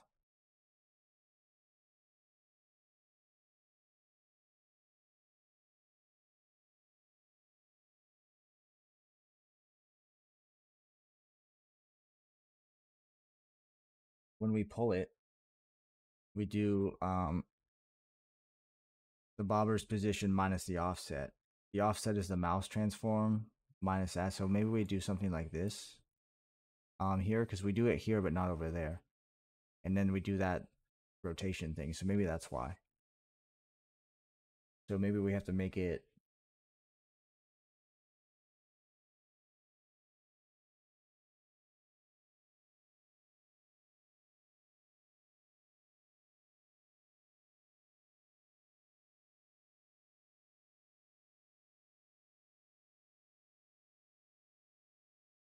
maybe we just have to make it so that the rotation on the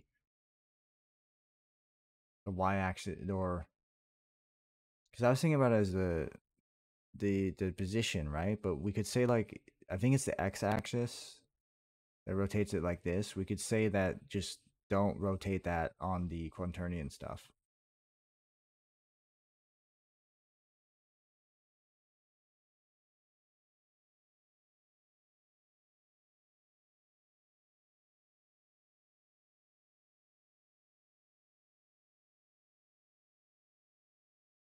So just keep a flat level finish.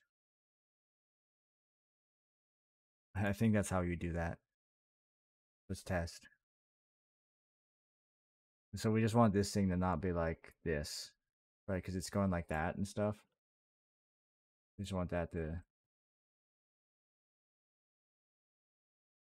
Yeah, the fish are kind of like they're probably going to be replaced later because you can see like the actual fish model. It's kind of like bent because it's just an item. Like you can see, it's like bent. I don't think the player will care too much. We have other fish over here.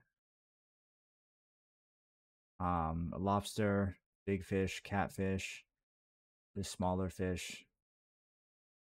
We're also going to have the fish randomize their scale, so there'll be different sizes and weights. You can see when we pull them out of the water, they have like a weight associated with them.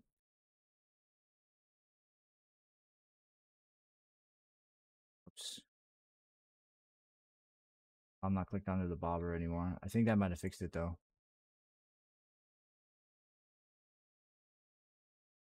Oh no, definitely not.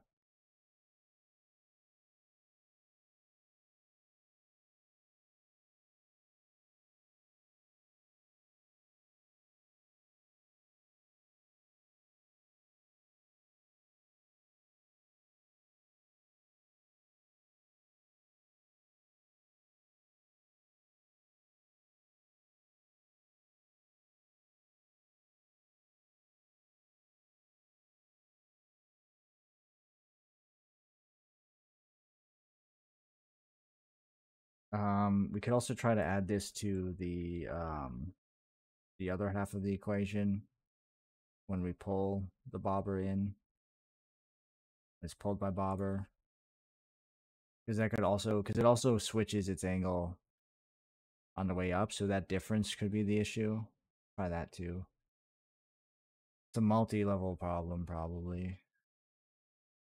Or rather, it's one thing, but if we tackled it in two different parts, it might make it work.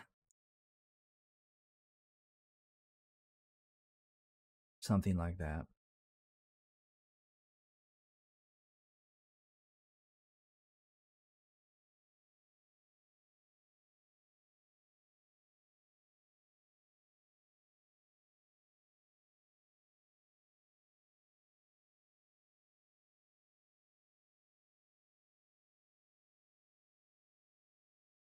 I think that's done it.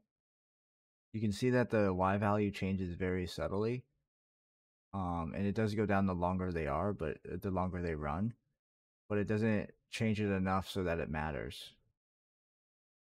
And it looks pretty good. It looks like how it's supposed to look.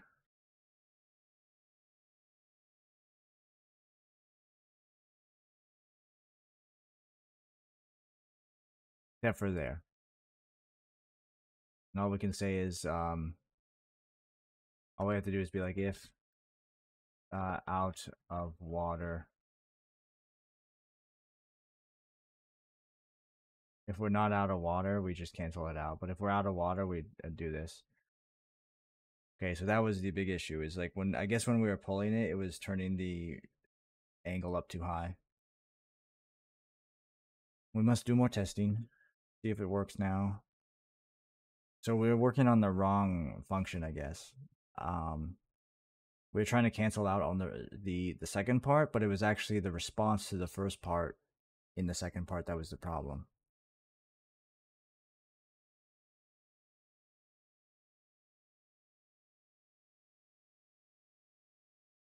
And the probability that they'll bite the lure is really high, but that's going to be changed later. And you can see the weight of the fish right over here, 10 pounds. Like we will have the scale thing, like I was saying. I think the reason I didn't do it right now is because I had to make it update their item info. The fish, I'll click on the fish parent here. They have a fish consumable item, and it has their. Wait, hold on.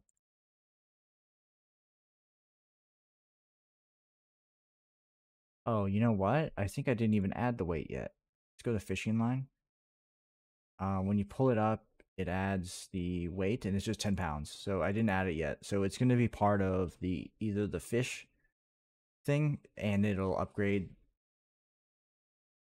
Right. That's why. Because this is a scriptable object, this fish. So the weight here can't be added because anything I add here will add it to every fish. So the fish itself has to have a weight, and then it has to have a way to store that for each individual fish. That's why I didn't do it, is because it's going to be a bit of a hassle. Because all of the items have been pretty static so far in that they're reliant on a scriptable object. So every potion has the same. Every health potion is a health potion. It all does the same stuff, but every fish is different. So the scriptable object framework doesn't work for that. So we have to have something that either every time you catch a fish, it makes a new one, or there's a way to just because ideally that the player will be able to sell the fish. So we gotta have something that saves the fish weight individually. So it can't be a scriptable object, but maybe this can like contain a pointer to it, or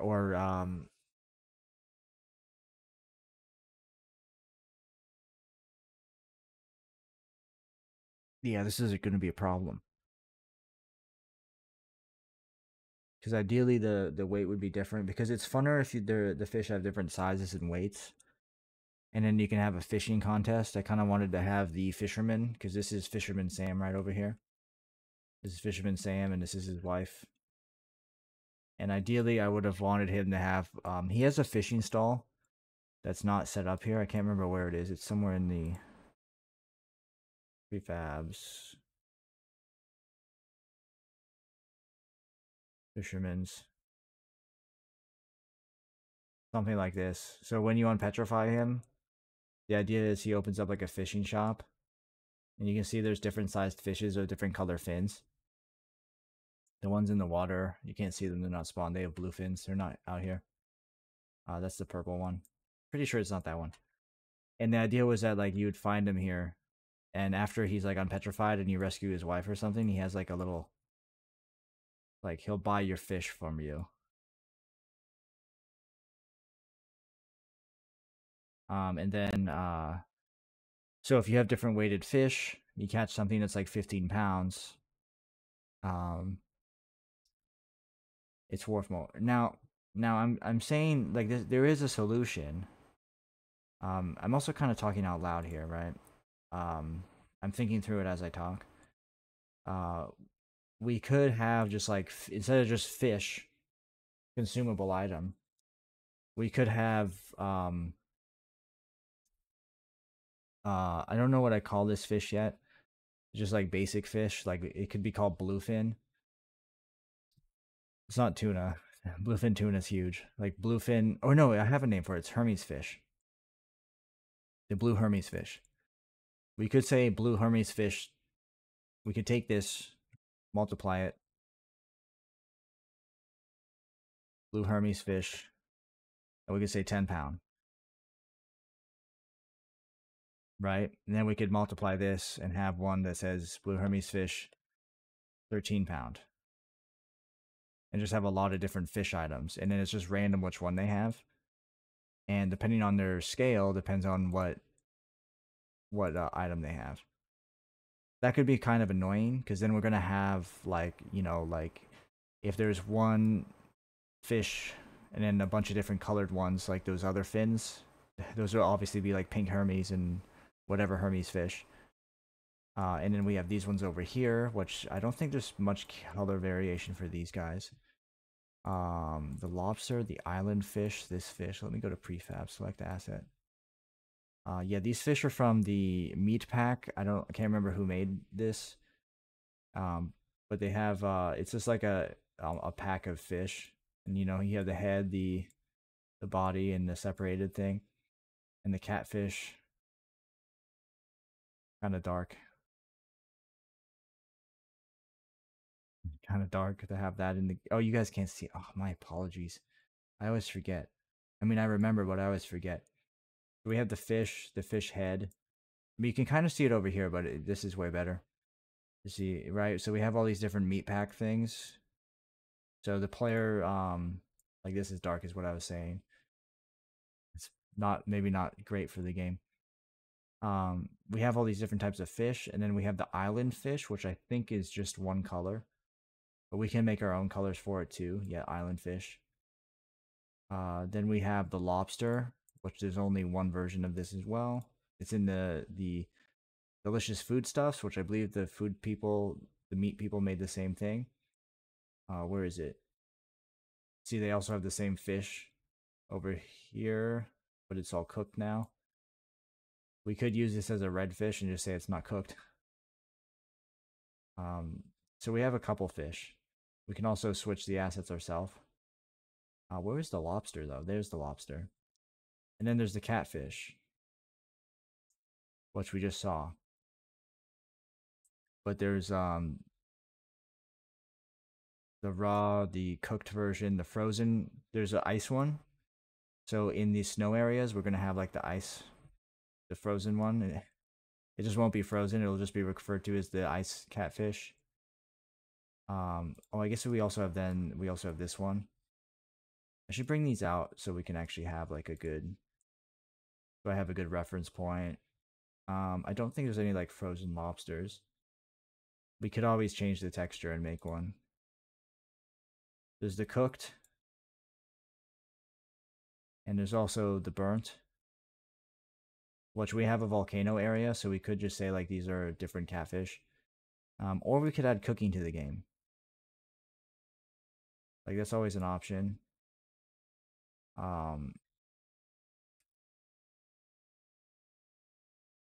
That cooked and this is burnt. They look very similar. I see the slight difference though, actually. Because those won't that's not going to be worth to have in the water because the player's not going to see much. Well, maybe they will. I don't know. To me, it's like too similar to maybe like to put them out. We could always take this and change it somehow. Make our own shader for it. Oh, but this is meat pack cooked. So we have to actually copy this shader and then make a new, or this material and make our new material. Yeah, but we have some fish. Like we have some options. Unfortunately, the lobster's by himself. I don't think he has any, like the asset. It's just prefabs. Yeah, delicious food pack. Delicious food stuffs too. I don't know if there's any fish in this one. Pierogies. And I bought this pack specifically for they were in Digimon World 1. There's a scene where you rescue Myotismon, and then you get to eat. I believe I can't remember actually if you do have a feast, but there's like a dining room table, And for some reason, my memory told me that there was like a feast that goes on. There might not be. Um, it might be because you give him like meat to rescue him because he's starving to death. So after you defeat this guy and rescue him from the curse, kind of, he tells you to go get all of his servants, and the servants will have like little quests for you around the manor. And one of them is to fish up the catfish, the fish, and the lobster. I don't have any pig enemies, but you might have to capture pig enemies to at some point,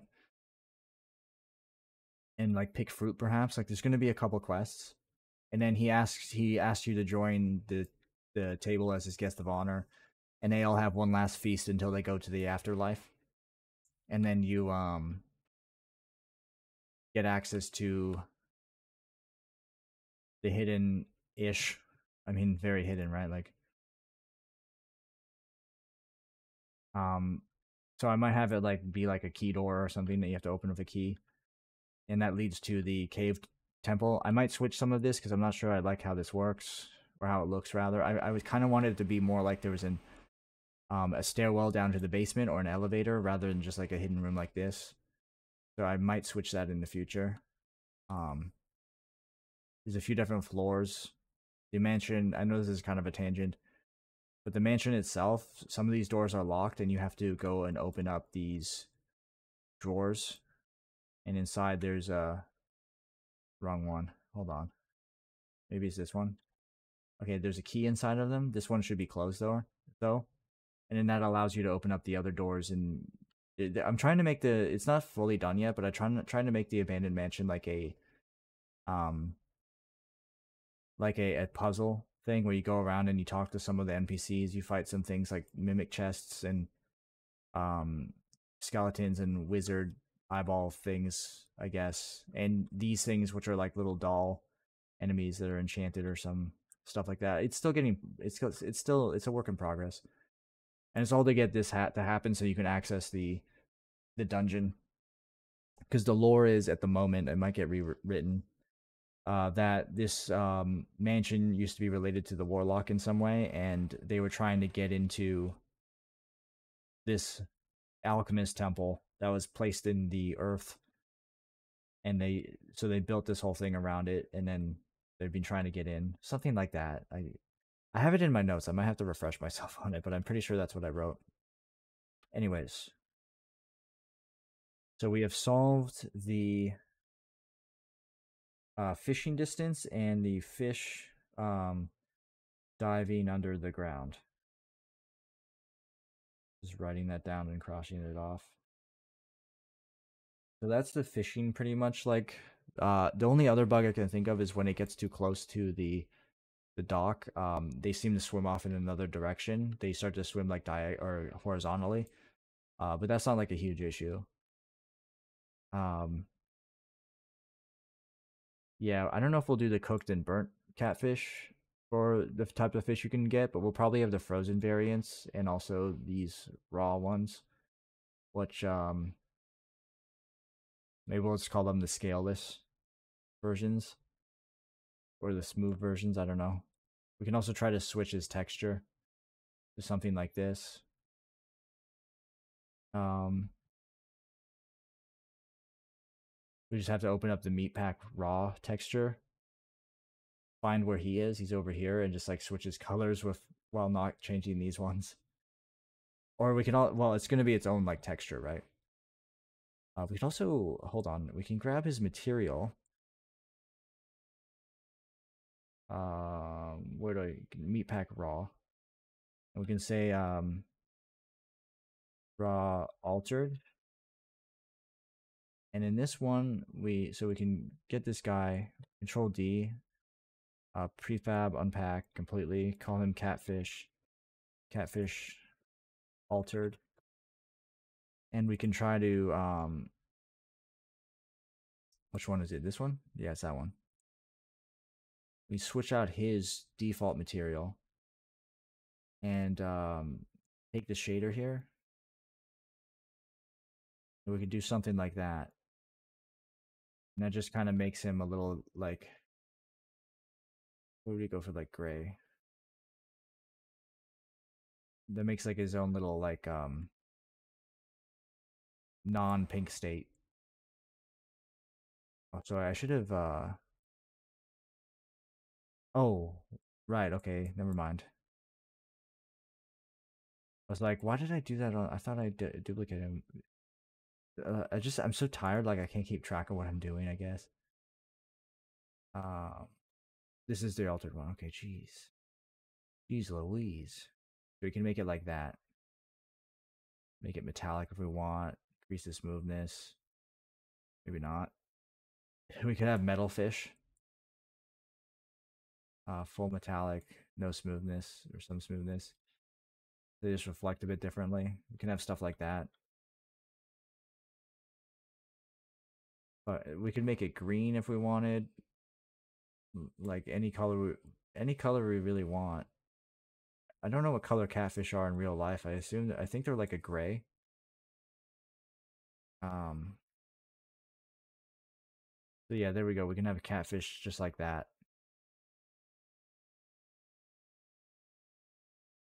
So simple.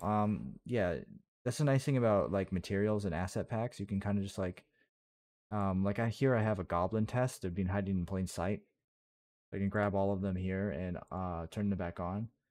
So all I've done is like I've taken these are the base ones, and I just kind of like gave them a different color, like deep blue, um, and green,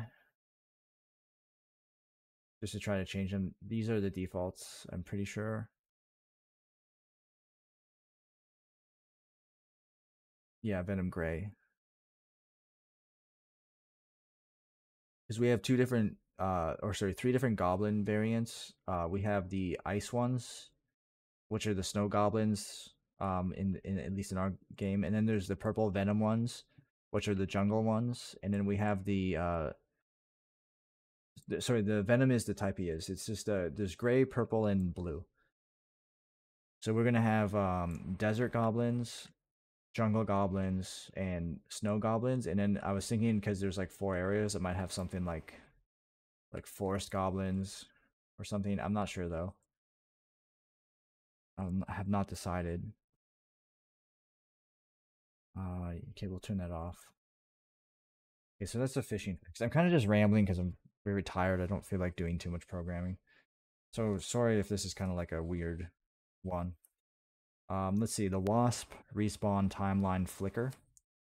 So every time, so let's move on to that. We're gonna have to load to the timeline for that, or the title rather. Got a little bit of coffee left.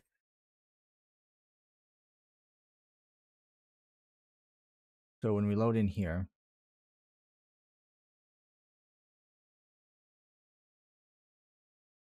and we run here, so the problem has been, we can skip this successfully, I believe. We have to double check that. So we'll fight this guy. So they fade out and they drop honey, right? So we can pick this up. We get it. There it's gone. Get him. Now you see that just respawned. This honey has respawned. Now why was that? It seems to be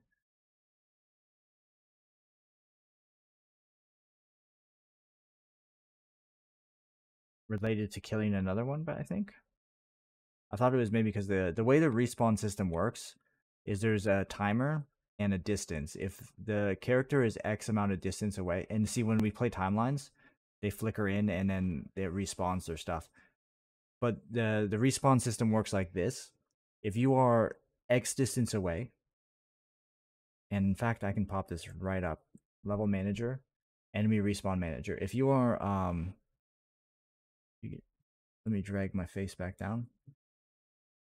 So there's defeated enemies to respawn, and these are the ones who are supposed to respawn. These guys are not supposed to respawn.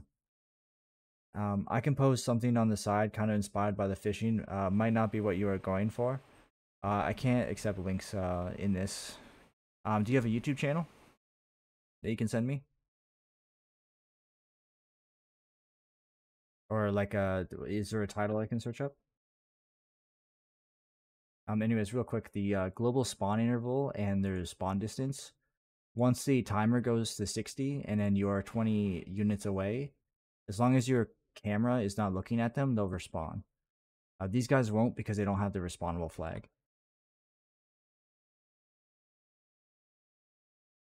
Yeah, I have well, I have stream elements bot do moderating and it turns links off by default. And also because uh there's a lot of like bots that come in and try to drop links.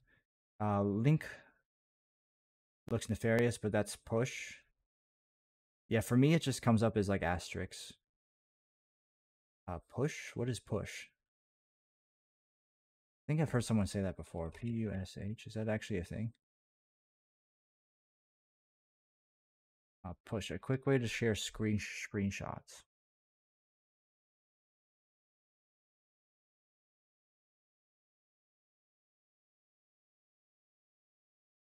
Yeah, so it just comes up as asterisks.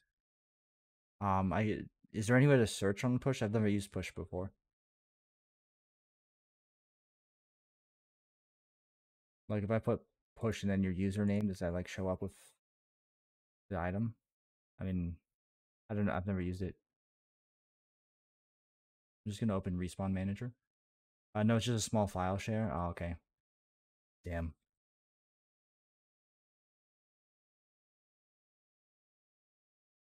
There's no way for me to really see it then.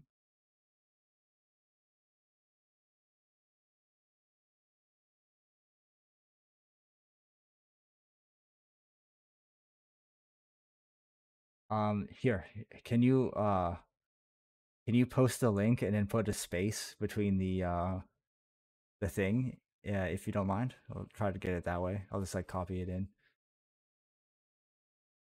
It looks like a legitimate site, so and I trust you, so. Oh, it's not gonna work. Damn. Oh, here we go. Here we go. Oh wait, what happened? Oh, I think I gotta adjust my screen. My I can't see what happened. I clicked on something. Dot MP3. Oh, it's so okay. It's not a screenshot. It's like a shit. How am I gonna get that? Push dot. I guess I copy this. Copy. I'm gonna have to it's push dot me. I put push dot me slash dot mp3. Page not found. What did I put in wrong? Uh, is it dot sh? Is that actually what it is? Or is that part of the like moving the symbols around? Oh, there we go. Is this it?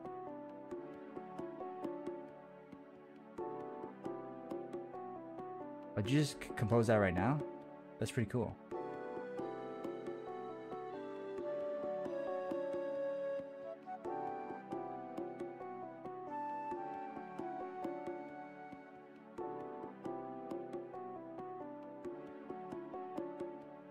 That's very smooth.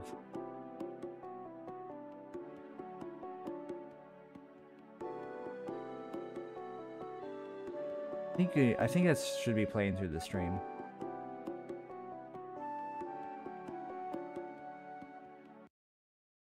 That was cool. Thanks for sharing. That was pretty neat. Did you just compose that like right now? That's pretty top tier skill set.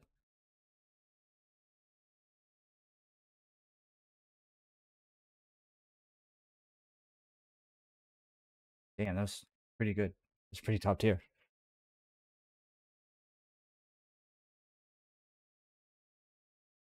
Pretty fast with that. Damn. Yeah, that was pretty skilled, man. Thanks for sharing. Beats very chill.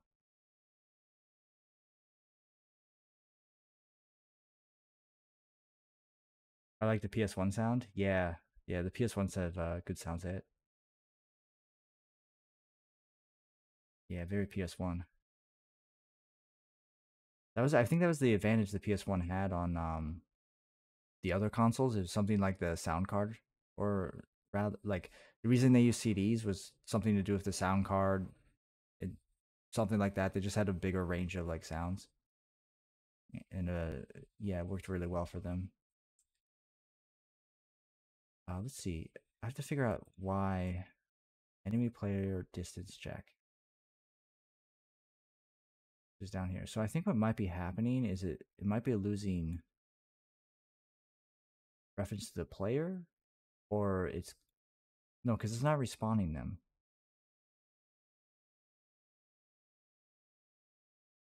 Uh, Respawn.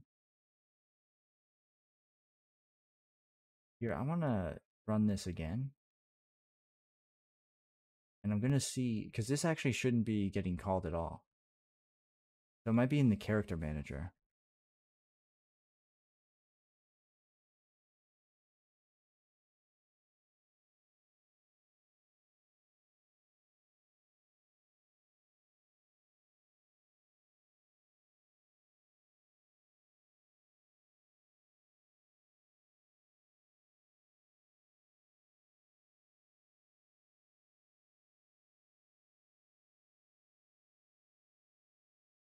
And that guy didn't fall.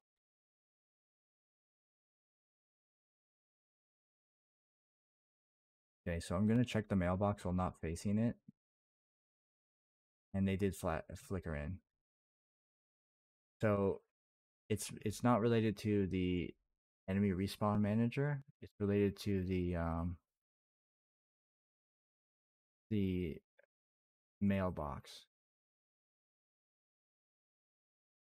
Or sorry, the timeline.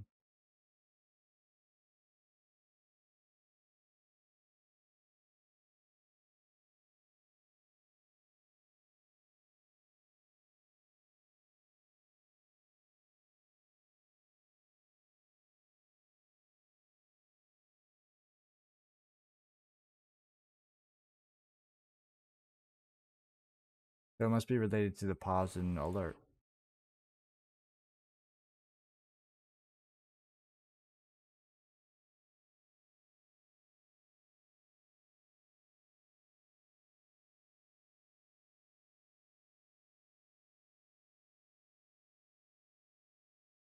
This is the issue. It's not equal to null, and character manager dot character state is not equal to dead. That's why.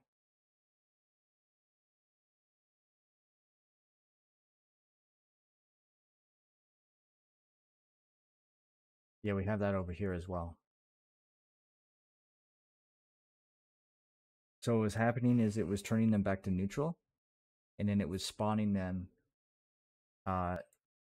It would spawn them in as neutral, and then it would kill them again. That's why they were flickering in and out. I thought it was something to do with the respawn. It is kind of with the respawn mechanics. No, it's not. It's with the death mechanics, not respawn. So the despawn. So that's the flicker and the item drops. Potentially solved.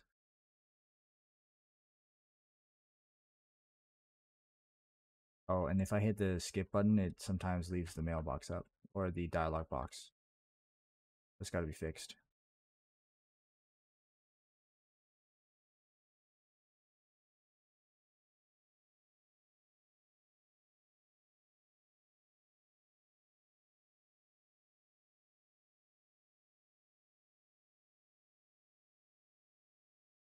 I'm gonna pick up the honey now. There's only one, which is good.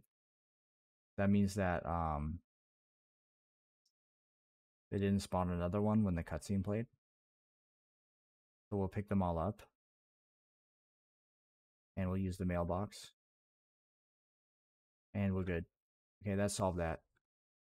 There's another bug down. And that's the flicker and the item drops. So that was 2 and 1. So the next thing that is on the list is the fact that we can like damage these people. Oh, maybe not him. No, we can. So we can attack the NPCs, and actually we can kill them. That's suboptimal. We want them to live. So I don't know if I want NPCs to ever take damage.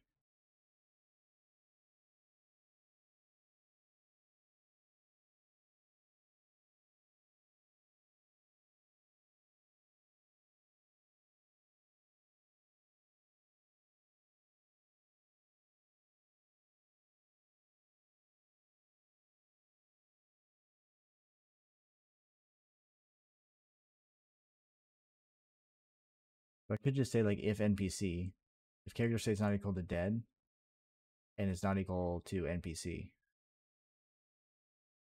NPCs also don't take damage.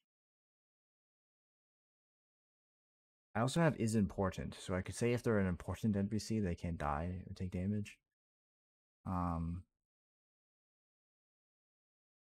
for now, we'll just put like and character type not equal to NPC. Whoops.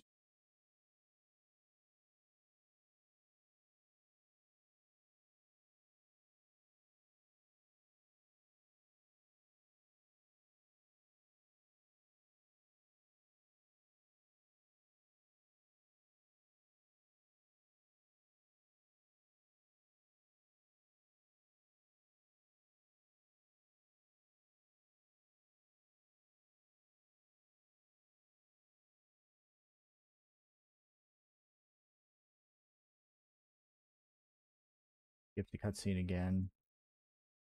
And oh, he's not outside now. We have to. Well, I guess we can test it on these guys because they're also NPCs. What happened there? And he doesn't take any damage. We can attack him. He doesn't take damage. Now the wind shove skill still works. So I just don't want any of the skills to really affect the NPCs. Or any of the damaging skills or any of the skills that can like shove them far. Because the shove mechanic does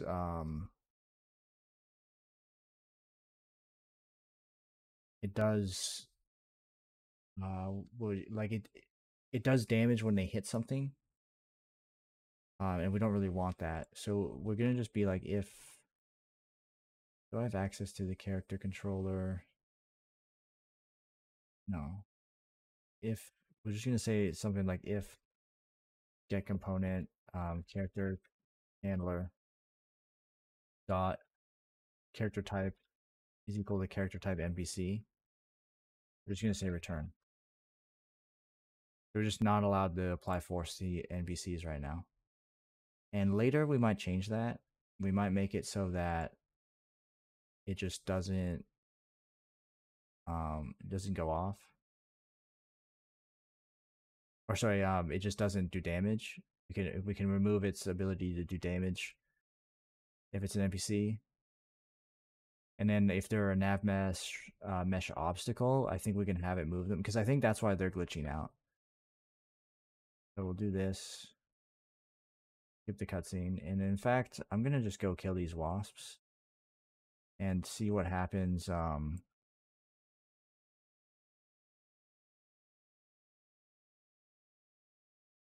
What happened there? I think I hit. I don't know if that was a bug or I hit something that screwed it up. We'll find the last bug. Try a lock on mechanic for that.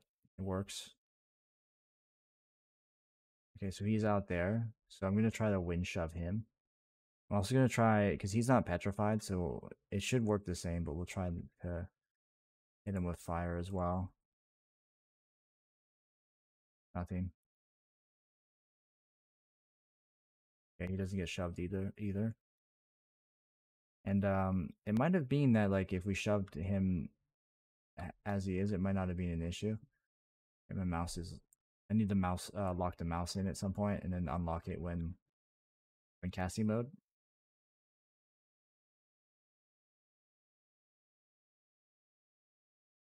This might be an issue if I do wood dome.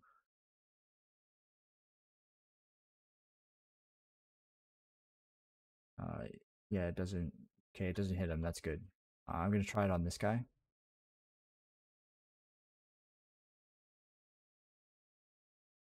Okay, that pushes him. So that's going to be something that we can't really like turn off. But we can do, I mean, we could find a way to do it, but what we could do is we could add something so that it, uh,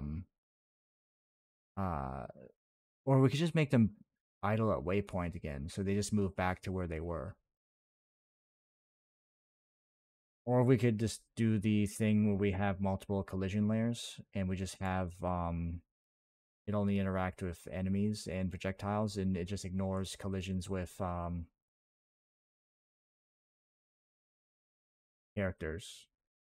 We can make a character layer because we right now it's the targeting layer and you can't target these guys. Can't believe you did it. You defeated the wasps. You must be some kind of fighter. We could really use someone with your skills. Need some pink healer's petals from the jungle to create a healing tonic. If you could find it, we could save lives. I'll be here attending to the injured. Please hurry back and stay safe. Just want to check. Please hurry. We need to save those petals to save those. Okay, I just want to make sure that still worked. But I kind of mumbled that. He says, please hurry. We need those petals to save lives. And we can push him around as well. So we can cross off that, the attacking NPCs and pushing them with the wind skill. So we fixed a couple bugs, or a few bugs there. Some fishing bugs, some NPC bugs, and some timeline spawning enemies back up a deal. Oh, hold on. How many things of honey do I have? I have 0. Okay, I didn't pick them up this time. Right, right. Okay, so that's pretty much, that's good. And I actually can probably free this area up soon. I put these logs in the way to prevent the player from getting past here. I don't know if there's still a transition point, but there's another part of the beach over there. I mean, I should probably just show it. I have to rethink about what I want to use it for. There's also a beach cave. There used to be like a petrified guy. The fisherman was petrified inside of a cage, and the goblins had him, but I decided the goblins were good guys. So we switched that. Also, the mountains here are a little bit different. It's just supposed to be like a cove that led to a cave. So I think I'm going to switch this entirely. I think the game's called it's Ys 8, I think. Something of Donna. It's like it's a game where you get shipwrecked on an island and there's like a long beach area, and I was thinking I would add the beach, I would extend the beach so there's more to explore. I'm not sure. So I might just turn this into like an extension and make it go on for a bit. This is one of the like first areas I made. So it's pretty outdated. I don't even know. Yeah, it's pretty outdated. Let's check out the beach cave. I don't even know if I finished any of this. It's just the cave asset from Red Panda, just put together a bit. And they use this guy for scaling, right? Yeah, this is very early in development. Yeah, it serves no purpose. This can pretty much be, not deleted, I'll keep it, but discounted for now. Okay. So that's pretty much everything on the notepad finished, except for the golem boss polish. I don't feel like doing that today. Like I said, I didn't really sleep much, so I'm a bit tired. So I think I might stop here and then have a nap or rest for like an hour, and then start the game dev, or not game dev, the gaming stream. Because yeah, I don't really know what else to work on right now. I mean, we have an hour. We could probably find something. I have the vending machine to fix up. Could do the vending machine. Um, Really, all I have to do with the vending machine is have it when you click. I think the buttons are there. Let me check that. I believe the buttons do work. It should say clicked at the bottom if it works. I need to just like call an instantiation function. Okay, for some reason that cutscene's off. Yeah, clicked. Clicked, dispensed, clicked. I don't know why the bottom ones say dispensed. That must be in the actual interface itself, like the Unity event. So I need to have this spawn item and throw it on the ground. I need to fix the I'm gonna write this down. Vending machine. So we have to fix the camera, the timeline. Fix timeline. Fix camera rather. Spawn items. So we have to spawn the items, fix the camera, and do the and use the gold. So it should have an add prices. So that's pretty much all we have to do with that. Well, and whatever bugs there are as well. We also have to populate the. We have populate GUI, so this is all set up actually. What the hell did I just leave this half finished? That's kind of silly. Vending item 1. Dispense item. Vending machine button dispense item. Right, so I added this as well. So vending machine button.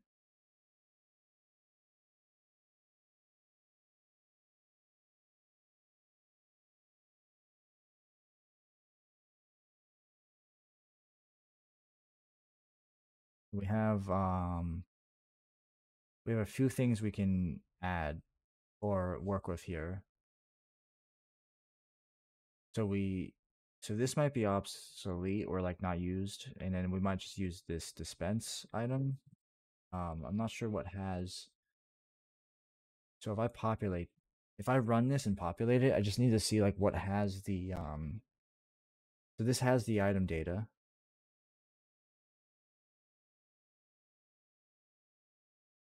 Okay, because it is the actual item thing itself. The character needs to stop moving. Um, I have to figure that out. So we need to have the price beside the name of the item and or above it or something. And then when we click it, it needs to like automatically dispense it or something like that. Like we have to do something with that. We also should have the player's gold show up. So gold should show up. And what else?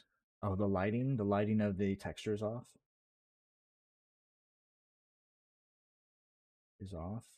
at night. Or I guess the way it reflects light. So if we loaded that in from the title, I want to see if I can click that like with one click or something. It might be just something with the actual canvas. It might just be like use lighting or something.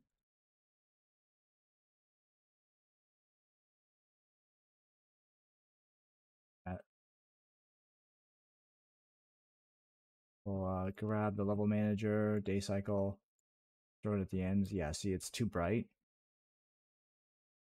So if I take the level manager, we can turn off his cycle time and grab this, grab the canvas, sorting layer, event camera. I don't know how to do this exactly. I'm sure it's here somewhere. Bending background, image, raycast, mask type, image type simple. Oh, so it probably needs a material.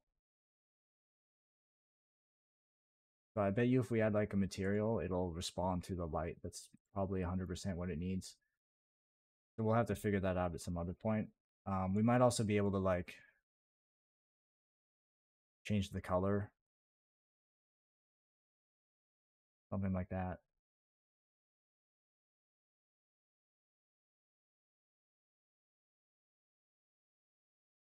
Turn this off. There's actually like a glass shader behind it that should be visible. I guess I turned it off.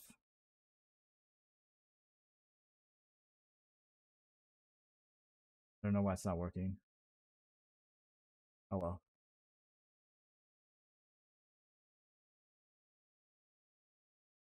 The corners are also a little like obscured there. Okay, so that's what we have to do. I think I am going to take a nap though before I do the gaming stream. So I am going to end it there, and then next time we'll work on the vending machine. So yeah, thank you all for hanging out. Um, thanks for chatting, everyone, and thanks for sharing the music. I thought that was a pretty jamming beat. Um, and yeah, thank you all for hanging out. Catch you guys next time. Cheers.